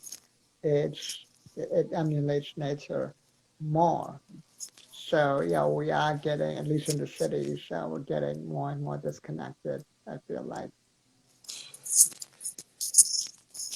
You done said so much in such a short time, and I was doing all these different sizes of signals is because right when you got to a point, I'm so glad that you made a distinction between like the cities, and of course you have your rural, you have your urban, I'm so glad you said that in particular because, of course, me only being in the city and have not been able to experience living in a rural life or outside in the country, Mhm. anything of that sort. Of course, my first hint will be like, yes, of course we are, and like that is a whole general versus the Mhm. specific, like you were saying. And I'm glad you brought up shapes because I literally was going about to get right on shapes right when you said that you're in a. I was just like, I know where you're going with this too, because then I was gonna be like, yeah, because if you look outside, you don't see no square trees unless it has Right, been altered, of course, by a exactly. human, a gardener going and Hmm. maybe doing art with it or making it square. But Hmm. ultimately, trees don't grow square. Trees are round too, yeah. Yes. All I mean, again, I say trees because again, that's something I got. Luckily, I have trees around where I'm at. Not too many, but those are the first observable things I can see. Of course, you got grass. I've never seen no grass grow square. Like any of these shapes that are buildings and the houses are made, I don't see that happening. Like in nature, Hmm. I don't see just a apple turn square just out of nowhere. Like I know I'm saying Hmm. square, even triangle. Like, look, just look at the shapes of the houses, the shapes of the places, as well as the material that's being used too. We're using concrete. Concrete's not a good conductor for any type of thing. Like, you can't get Hmm. any of the energy or free radicals from nature, walking in your feet, grounding, all these other different stuff that honestly prohibits us from being connected to nature because it cuts off. You lose that sense of, oh, see, now you have the distinction. It's like, I live in this box and the square, this stuff here. So that means, this is how I live. And out there, ooh, nature is scary. Oh, that's that there. Without, again, we start to distance ourselves and live this, like you said, artificial and unnatural life, especially within the city, because we don't have a Hmm. lot of green spaces. We don't have a lot of time because time is also very important because where do we usually Hmm. allocate our time is whether we are at work, we either sleeping, we either watching stuff just to entertain us, or we are just Hmm. indulging in other different things, going to clubs. What's a club? Which is another place that's square. The dance floor just square. Like again, you start to box yourself to a point of you think about all the businesses and things that we have around us. you would be so surprised, or you just have to question yourself and be like, dang, like how did people actually get these stuff? Like I remember my mind started opening to a lot of this stuff, especially right when I started my first year in college. Is I thought about it. Going to the mall is weird. Like in my Mhm. sense, it's like it's weird. Like you're going to a place to go get things that innately or within nature would not even be there to go and grab and have it, because there's no way you can go from a tree and just grow a shirt from the tree, Yeah. and use not there's no way you can go grow shoes from a tree and things like this. And Hmm. it's so manufactured in that particular Hmm. way. So like it's like Yeah. once I started questioning and seeing a lot of that, I'm just like, yo, it's crazy. Just like how we go to the market and buy our foods and stuff there. When before, of course, you want to go way back when, you want to go cavemen, whatever, wherever era and stuff you want to go. Like you had your hunting and you gathering, you had people go out there and actually get their food, whether if that was harvesting berries, whether if that was fishing, whether that was literally, gardening, farming, like we talked about before. And that's how you would get your food. Like you had to be hands on with this stuff versus, okay, how much is that chicken? Oh, it's $5.99. All right, wait, how much is that bag of Doritos? Like a bag of Doritos? Like there is no Dorito tree, there is no Dorito plant, like any of this different stuff. And that it just made me start thinking about how, again, that's why we get into the GMO, genetically modified. You get into all of these Hmm. products and substitutes in life that are substituting the natural. They're taking its place. That's why the whole idea again of artificial. But no, yeah, when you went on that, that's what you made me start thinking about, was all of those different stuff.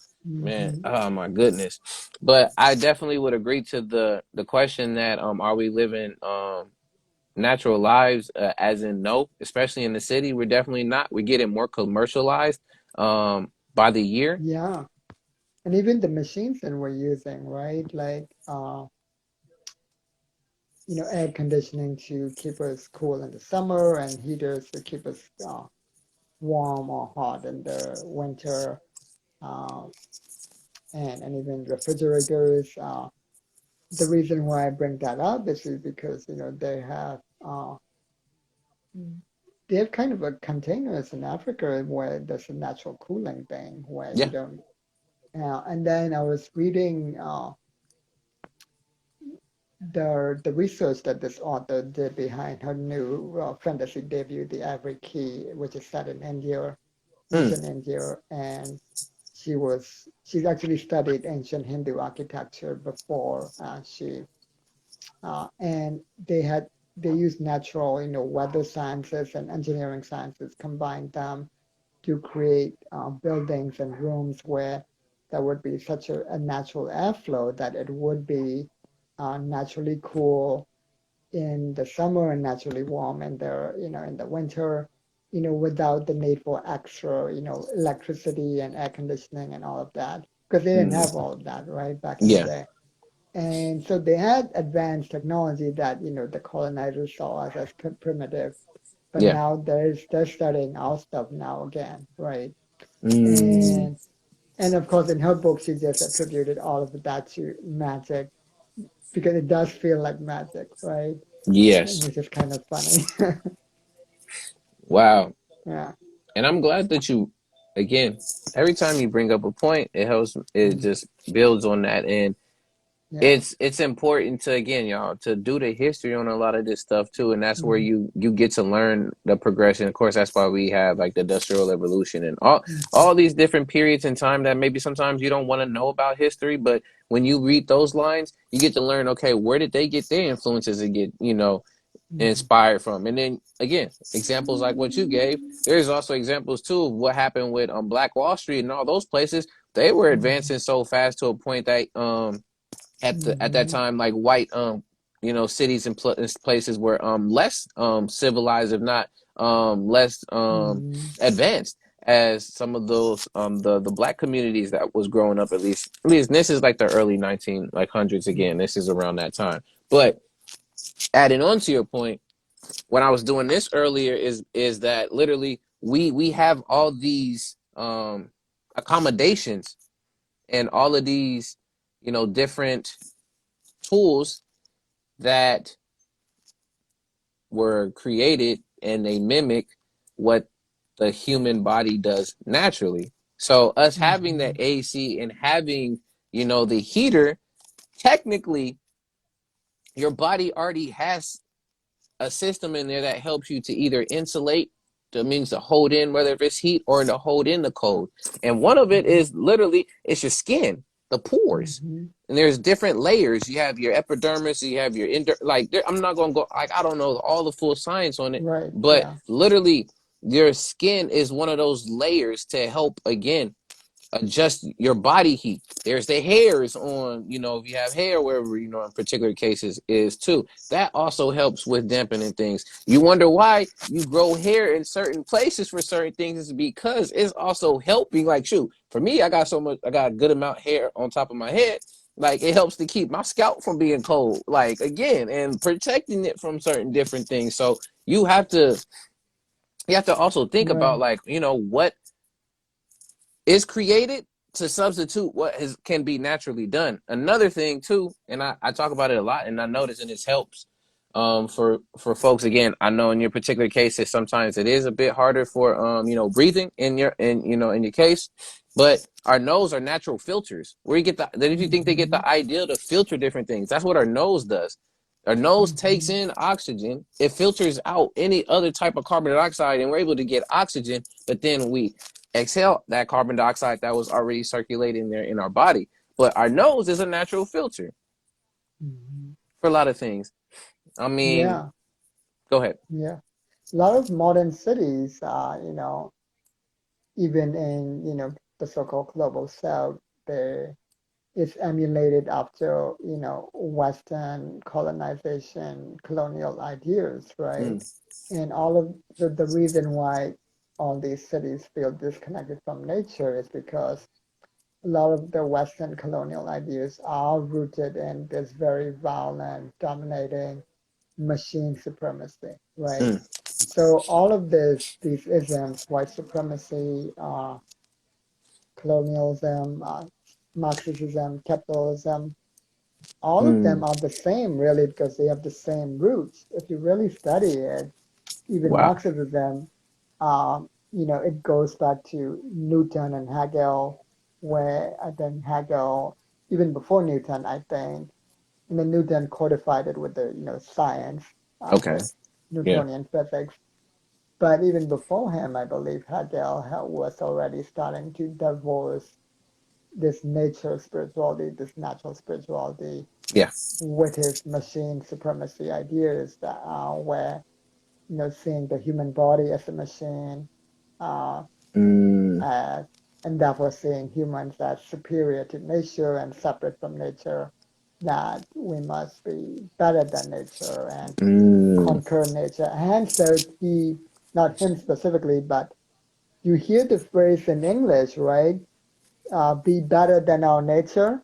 Yeah. Isn't it a weird phrase? Be better than our nature, if you really think about it. Mm-hmm. Words are spells, like you said. Yes. So even that phrase is rooted in the idea of machine supremacy.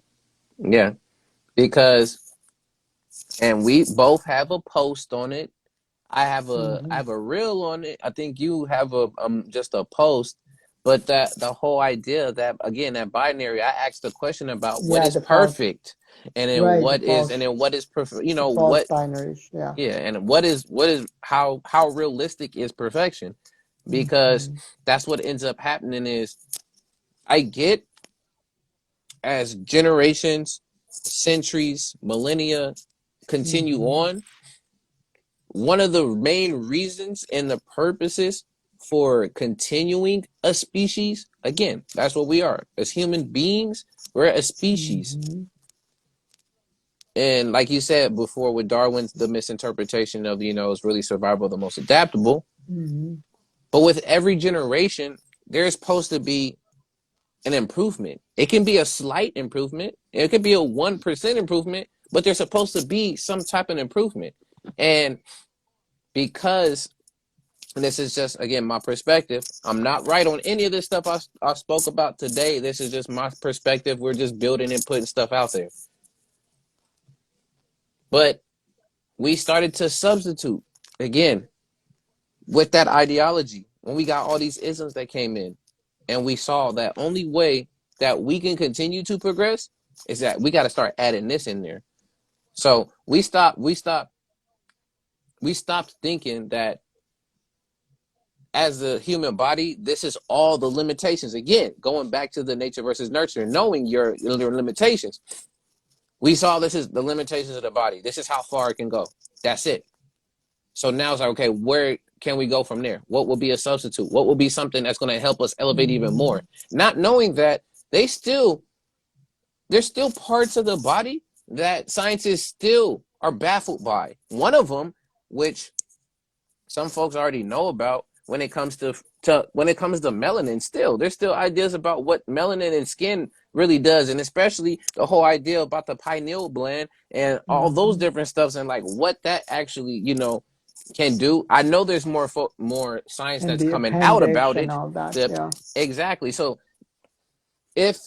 if we're already starting to again put it in the hands of technology, I'm not saying again that technology is terrible or it's not good. Again, it's a tool and you have to use it accordingly. But when we're starting to put our hands into technology and say that we've already reached our limitations, so now humans can't go no further with stuff, again, now we already now have put that in our minds, and we've basically just put all our eggs, or again, our eggs, quote unquote, in one basket. So now we're relying just only on that, solely that, and not knowing that as society continues to progress and technology progresses, we also do too. Because the only way that we can keep up is that we have to adapt to that. And Yeah, our like, bodies are and getting big. Some of our bodies get bigger and stronger. Some of it doesn't because of GMO. Our bodies are having different hormonal change. Like it's always some variables that are happening and changing. I mean, despite their belief in machine supremacy, they still haven't uh, been able to create an energy efficient system that's better than a tree. Because Mm, photosynthesis is like 99.99% efficient, uh, and they still haven't figured out why exactly. And now they're even proposing uh, quantum biology or quantum as a solution. Like, mm, and they believe it's because the reason why it's so efficient is because the photon, the light that when it enters the leaf, yeah, uh, it has to get to the basically the reactor to turn it into the energy, right? yeah. Uh, it has to get there in time. It has to get there very fast, and it has to find its path. And it's basically impossible to do that with 99.99% efficiency. So they're proposing really that uh, it becomes a quantum wave. In other words, it's following every possible path simultaneously, and that's how it gets there Mm, in time, mm. which is just amazing because we don't have a machine like that Nope. And at honestly, all. Like, the only thing that would come close to that, but still not be as efficient, is the one is that we have the free energy. We have the Tesla coil. If people look up and look hmm into the Tesla coil, but that's not being used because again, we're commodifying all these natural hmm resources again because of the system that we are hmm currently under. And again, we create, I bring up the Hegelian dialectic again. We create these problems just so that we can have situations to sell to you so that you can fix the problem that hmm we've just created for you. Because exactly. that's how you keep folks within the system. And again, I tell you, a system of natural energy, it takes our energy to run the system. Natural energy, again, I can get into that whole spiel, but if you have to exit out, you're more, I know you got to end up going and heading out, but if you, before Oh you yeah, do, any last thoughts, and then I'm going to continue and then end out today's, or yeah. One tonight's last thing I stream. wanted to say, I will be reading Hinduism and Nature. Actually, the book will be delivered tomorrow, but I started reading the first chapter because it's free on Kindle, Okay. which is more explicitly describes it, uh, how much, Hindu, especially Hindu women, naturally, the housewife, live in harmony with nature. But I first got an inkling of that from reading this one, Rearming Hinduism, by Mm, Dr. Vamsi Jalari, with the subtitle Nature, Hindu Phobia, and the Return of Indian Intelligence. And he talks about how, yeah, like Hinduism is all about uh, living a natural life close in harmony with nature. And, the word we use is Tameva, which is you alone, which means mm, that, you know, God is one, that everything is everything, right? yes. That idea, uh, which is different from there's only one God. There's a subtle difference between the two. Yeah. And there's this amazing passage where he talks about how,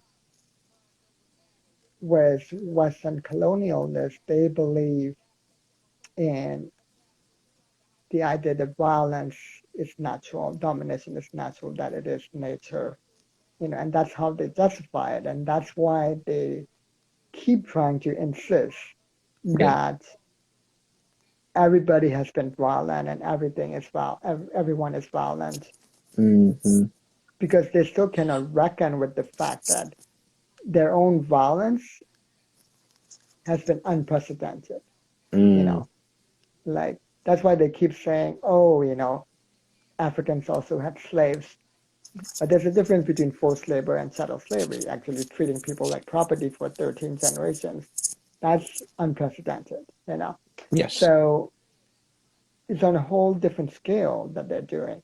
And to justify all that, because they don't want to feel remorse, they want to stay stuck in guilt and shame, they've created this colonial programming, and it's in every movie, TV series, song that they put out, which is Mm, why I stopped watching their movies and TV shows as well. Like, I stopped watching Wheel of Time on Amazon after the third episode, because I was like, oh my God, it's the same colonial idea that balance is nature. I gotta get away from that, you know. yeah. So I'm deprogramming myself from that. I think that's the most important thing, to really cut Mm-hmm. ourselves up from machine supremacy and Yeah. reconnect to nature, is to deprogram and decolonize from the idea that violence is just nature. It's not. That's not to say that nature doesn't have elements of violence, Yeah. but and domination and cruelty. But what he's talking about here is the overemphasis on the balance, right? Like, Yes. even if you watch a nature documentary, they would, do a slow motion shot of the cheetah, Mm-hmm. chasing the deer and attacking and killing it. Even Mm-hmm. though in nature, that might happen maybe once or twice a day, because after the cheetah hunts one deer, it can last him several days, Yes. right? Whereas what the colonizers have done with the factory farming, no other animal does it. It's unprecedented again. Yes. Killing billions of animals systematically using machines to kill them. Nobody, Uh, no other animal does that, right? So I'm vegan, but I'm not even telling everyone to, like, yeah. go vegan. What I'm saying is Yeah. question this, like, Yes. you know, like, I'm okay with people going back to people hunting for food, even though Yeah. I'm vegan, you know. But this factory farming, that's unacceptable. Yes. That is why, and I'm at with your point, and then appreciate you. That is the Mm-hmm. reason why even the existence of animals going extinct is a Mm-hmm. thing. Like, Yeah. especially one of the animals, or at least one of the creatures that I started to like a lot now, Mm-hmm. and it was starting to be they're starting to become extinct, was bees. And I would notice just a lot of bees, on the floor and things and stuff like that. And it's because not only the pollution and things that we create, but it's also, like you said, our reliance on a machine so much creates all these different things. And poaching, Mm-hmm. hunters, um, again, all of this stuff, nature provides an ample amount or enough for, again, animals, species, all of those to survive. Mm-hmm. It is never a overabundance, and it's never a under. It Mm-hmm. is just enough. Again, it's the It's balance. sustainable abundance. It's a That's the term. sustainable Yeah. balance, exactly. And Mm. I'll leave it at that for All right. you. So I gotta go. Peace and love. Peace of love. Appreciate you. But yeah, thank you again, Kundan, for coming in, as you usually do. But yeah, I'm gonna still give a few more points, and then after that, we are gonna wrap up the stream for tonight. Let me pop this back on. Do I? Nah, I ain't gotta pop back on the picture for y'all. But yeah, so I like where the whole thought was going with this, and my main intent with the question of are we living natural lives is to really again question our everyday practices of what we're doing, because again, what I'm doing right now, I mean, sitting up, you being on the phone. I like that. Sustainable abundance. I like that. What I'm doing right now and what we're on the phones and anything else, this is all unnatural. This is all unprecedented. This is with the changes of times, as humans. But having some practice of connecting with nature is vital for you to keep that sense of you, again, being a human, being an animal, being a part of this ultimate huge ecosystem that we live in and is not separate. And that's what society does from the beginning when you're born into this world, as well as when you exit. It's showing you how anything and everything is individual and it's separate. But again, Kundan said it earlier. I've said it a number of times before. Lauren Hill has spoke on it, and a close brother of mine has spoke on it. One of the other keys and wisdom that you can carry with you is knowing that ultimately everything is everything is everything. It is all truly connected. That's why when I was speaking about the articles earlier about the climate changes, where do you think that's coming from? It's the influences of what we're doing, and nature is responding. And when we keep on cutting ourselves off from it's us versus them, and nature's over there and we're over here, and when nature messes with what we're doing over here, oh, something's wrong with nature. No, it's like you're not looking in the mirror and seeing that that's your reflection. You are a reflection of what's outside. And even sometimes when, again, you get that feeling of you're tired, you get that feeling of you want to give up, or you just need a break, people tend to leave, exit, go outside somewhere, because go outside and ground yourself. When I say ground, yes, go outside, get on the grass. If you got grass, like if you're near a beach, go in the sand, like wherever you are. These are important. That's why people go on hikes. That's why people go in different places where there is green space, where there is nature, because of the fact that you are ultimately connected to that. And it actually, I know there's some science behind it. I mean, besides also what there's been science behind how powerful meditation is, because that's also connecting with your inner nature, your inner self. Again, like I said, your nature is your biology. You start to use it to your advantage, and it brings you closer and closer to a natural way of living. Again, there's going to be a way to accommodate and be able to balance, of course, what is unnatural and what is natural, so that you can have a balanced lifestyle. Because again, all the stuff that I'm doing and what you're doing on a daily basis, sitting at a table or sitting at a desk for hours on end, driving a car, sitting down, being within buildings and places like that, that's all unnatural. Because again, everything outside of that, it's just there. And we are meant, again, to be outside. The homes that we live in is not built that way.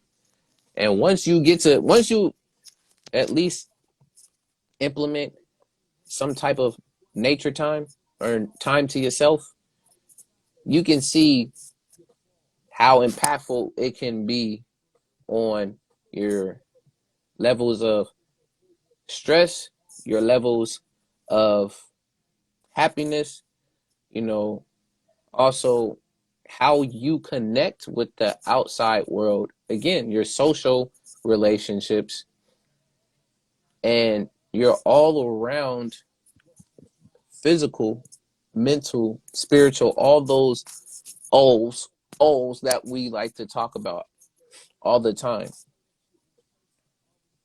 Because there's is something reminiscent, or there's something nostalgic, and there's something powerful about being close by something that we, if you went to school, especially in the US, I don't know if outside everywhere else in the world, but if you went to the school in the US and you took a biology class, you were learning about living and non-living things. And a tree, house, certain things outside in nature were seen as non-living because of the fact that some of them didn't have quote unquote human characteristics. The personification, we try to personify a whole grip of things because we think only as a person and a being that you're living. If you're sedentary and you're not moving, that means you're not living. But again, talked about Kundan, talked about the point with the tree and how effective the tree is. The tree is living, but that was considered a non-living thing within the biology books. So my point to where I'm saying that is, when going outside, when connecting with nature, getting some type of, fresh air, even if it does have smog, whatever, the main case to be is, but getting in touch with that aspect does wonders for your overall fulfillment and ability to continue on with your life. And when you're stuck in a place for so long, again, pandemic showed us very well about lockdown, not going outside, not interacting, not all of that stuff, and how vital that was to people's well-being and their own mental health, as well as, again, their overall sense of self. So when we think, again, of nature versus nurture and us living natural lives, the whole point of this is just to point it out to you, to point out what you're doing right now. If you don't have some type of natural aspect to your life that you implement, besides you just walk outside to go walk to your car, then to go to work, to only walk on concrete to go into a building, or maybe you might be outside for work and that's what you do, and that's wonderful. Just take time to take note on what you can add to your daily life that includes getting outside. That's why, I mean, that I'm not gonna say scientists, but there are studies, especially in places where the sun is not out the most. I know Seattle, there are certain times of the year where you don't get to see the sun for a good while. I know Sweden also has that as a thing too, and people experience a condition, or they say a disorder is called SAD, which is seasonal affection disorder, which is basically, during dependence seasonally, you'll have the seasonal, some type of depression, whatever that may end up being. But see the importance of the sun and going out there and getting some sunlight and getting that on your body just to interact. And honestly, knowing when in the right times to go do that too, because there's certain times where the sun is harsh, where other times the sun is less harsh and more helpful for you for doing that, which is sunrise and sunset, at least around in those peak hours, not between 12 and 2, at least from 12 to 3, dependent, but mostly when sunrise, sunset, that sun getting that on your skin and getting out there in the body, it does so much for you. And it shows in a lot of data that being able to get outside and exercise, do 30 minutes of some type of walking or things or stuff of that sort, it's there. Again, you can learn a lot of this stuff inside yourself and then go look for it on the internet and books, through other people's experiences, from your parents, again, using the nature and nurture, then to mold it around how are you going to improve upon your own life. But to surface back to that, and then to give my last final closing on this topic, are we living natural lives? For me, It's a toss up, but the awareness piece is there. I know I need to go back outside and get some more sun like I used to. I know I need to just take time to step outside and breathe, take time to interact with different sources of nature, watch birds, be in a tree, go to a park, lay in the grass. Like, there's a number of different things. Like, yeah, you may seem like, oh, this seems hippie-ish, or it's realistic. What do you think people used to do way back when? Different activities, a walk in a park, a picnic, which I don't subscribe to the word picnic. There's a deep history behind that, but outing outside to have lunch, like those were things that were done, because those are not only those social interactions that we can have, but that's how you interact with nature, because you are one with that. And again, everything is everything is everything. So how do you implement living a natural life? Again, you look at what you do on a day-to-day basis. You plan out, okay, if that's not when and how I do that, okay, what can I put in there? Okay, maybe going to the park once a week. All right, maybe, just stepping outside my front lawn for once a week. That's cool. If you by the beach, boom, you can go straight to the beach. I mean, honestly, I would probably be at the beach for a long while if I was right by there. And of course, that's a pro con to that too. But ultimately, how to help improve on a natural life is knowing that balance between how much you need technology and the advancement of society, as well as knowing that you are a part of the animal kingdom and nature, and that this Mother Earth, or some people want to say Father, whatever, either way, you're connecting to that. And to make sure you get some quality time to connect to that, again, will help give you a well-rounded balance.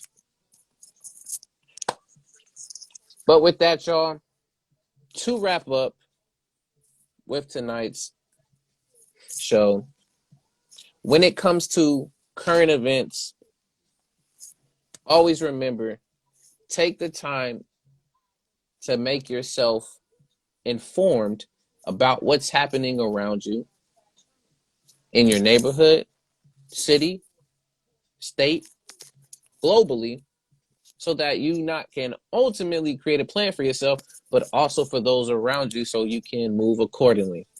Now, second, when it comes to nature versus nurture, it's important to know the difference between what is nature, what is nurture. Again, nature, that is the biology, that is your body, so what your body is doing, and nurture is the environment and your life experiences. And with those, knowing when and where and how these two interact and how it works for you. And then lastly, when it comes to, are we living natural lives? From my perspective, in a city, no, we are not, because there's a lot of less green spaces and even interactions with nature. But there are ways to improve upon that. I didn't get to talk about folks who are in the rural and the country. They've gotten that hit. That's why they have a different perspective and outlook. But ultimately, to be aware of what natural living is and what unnatural and artificial living is, and be able to find that happy medium, that sustainable abundance, as well as that synchronized balance with all of that, so that you can again find that peace, happiness, whatever you're searching for in life. But with that, y'all, thank y'all so much for coming in, giving of your time.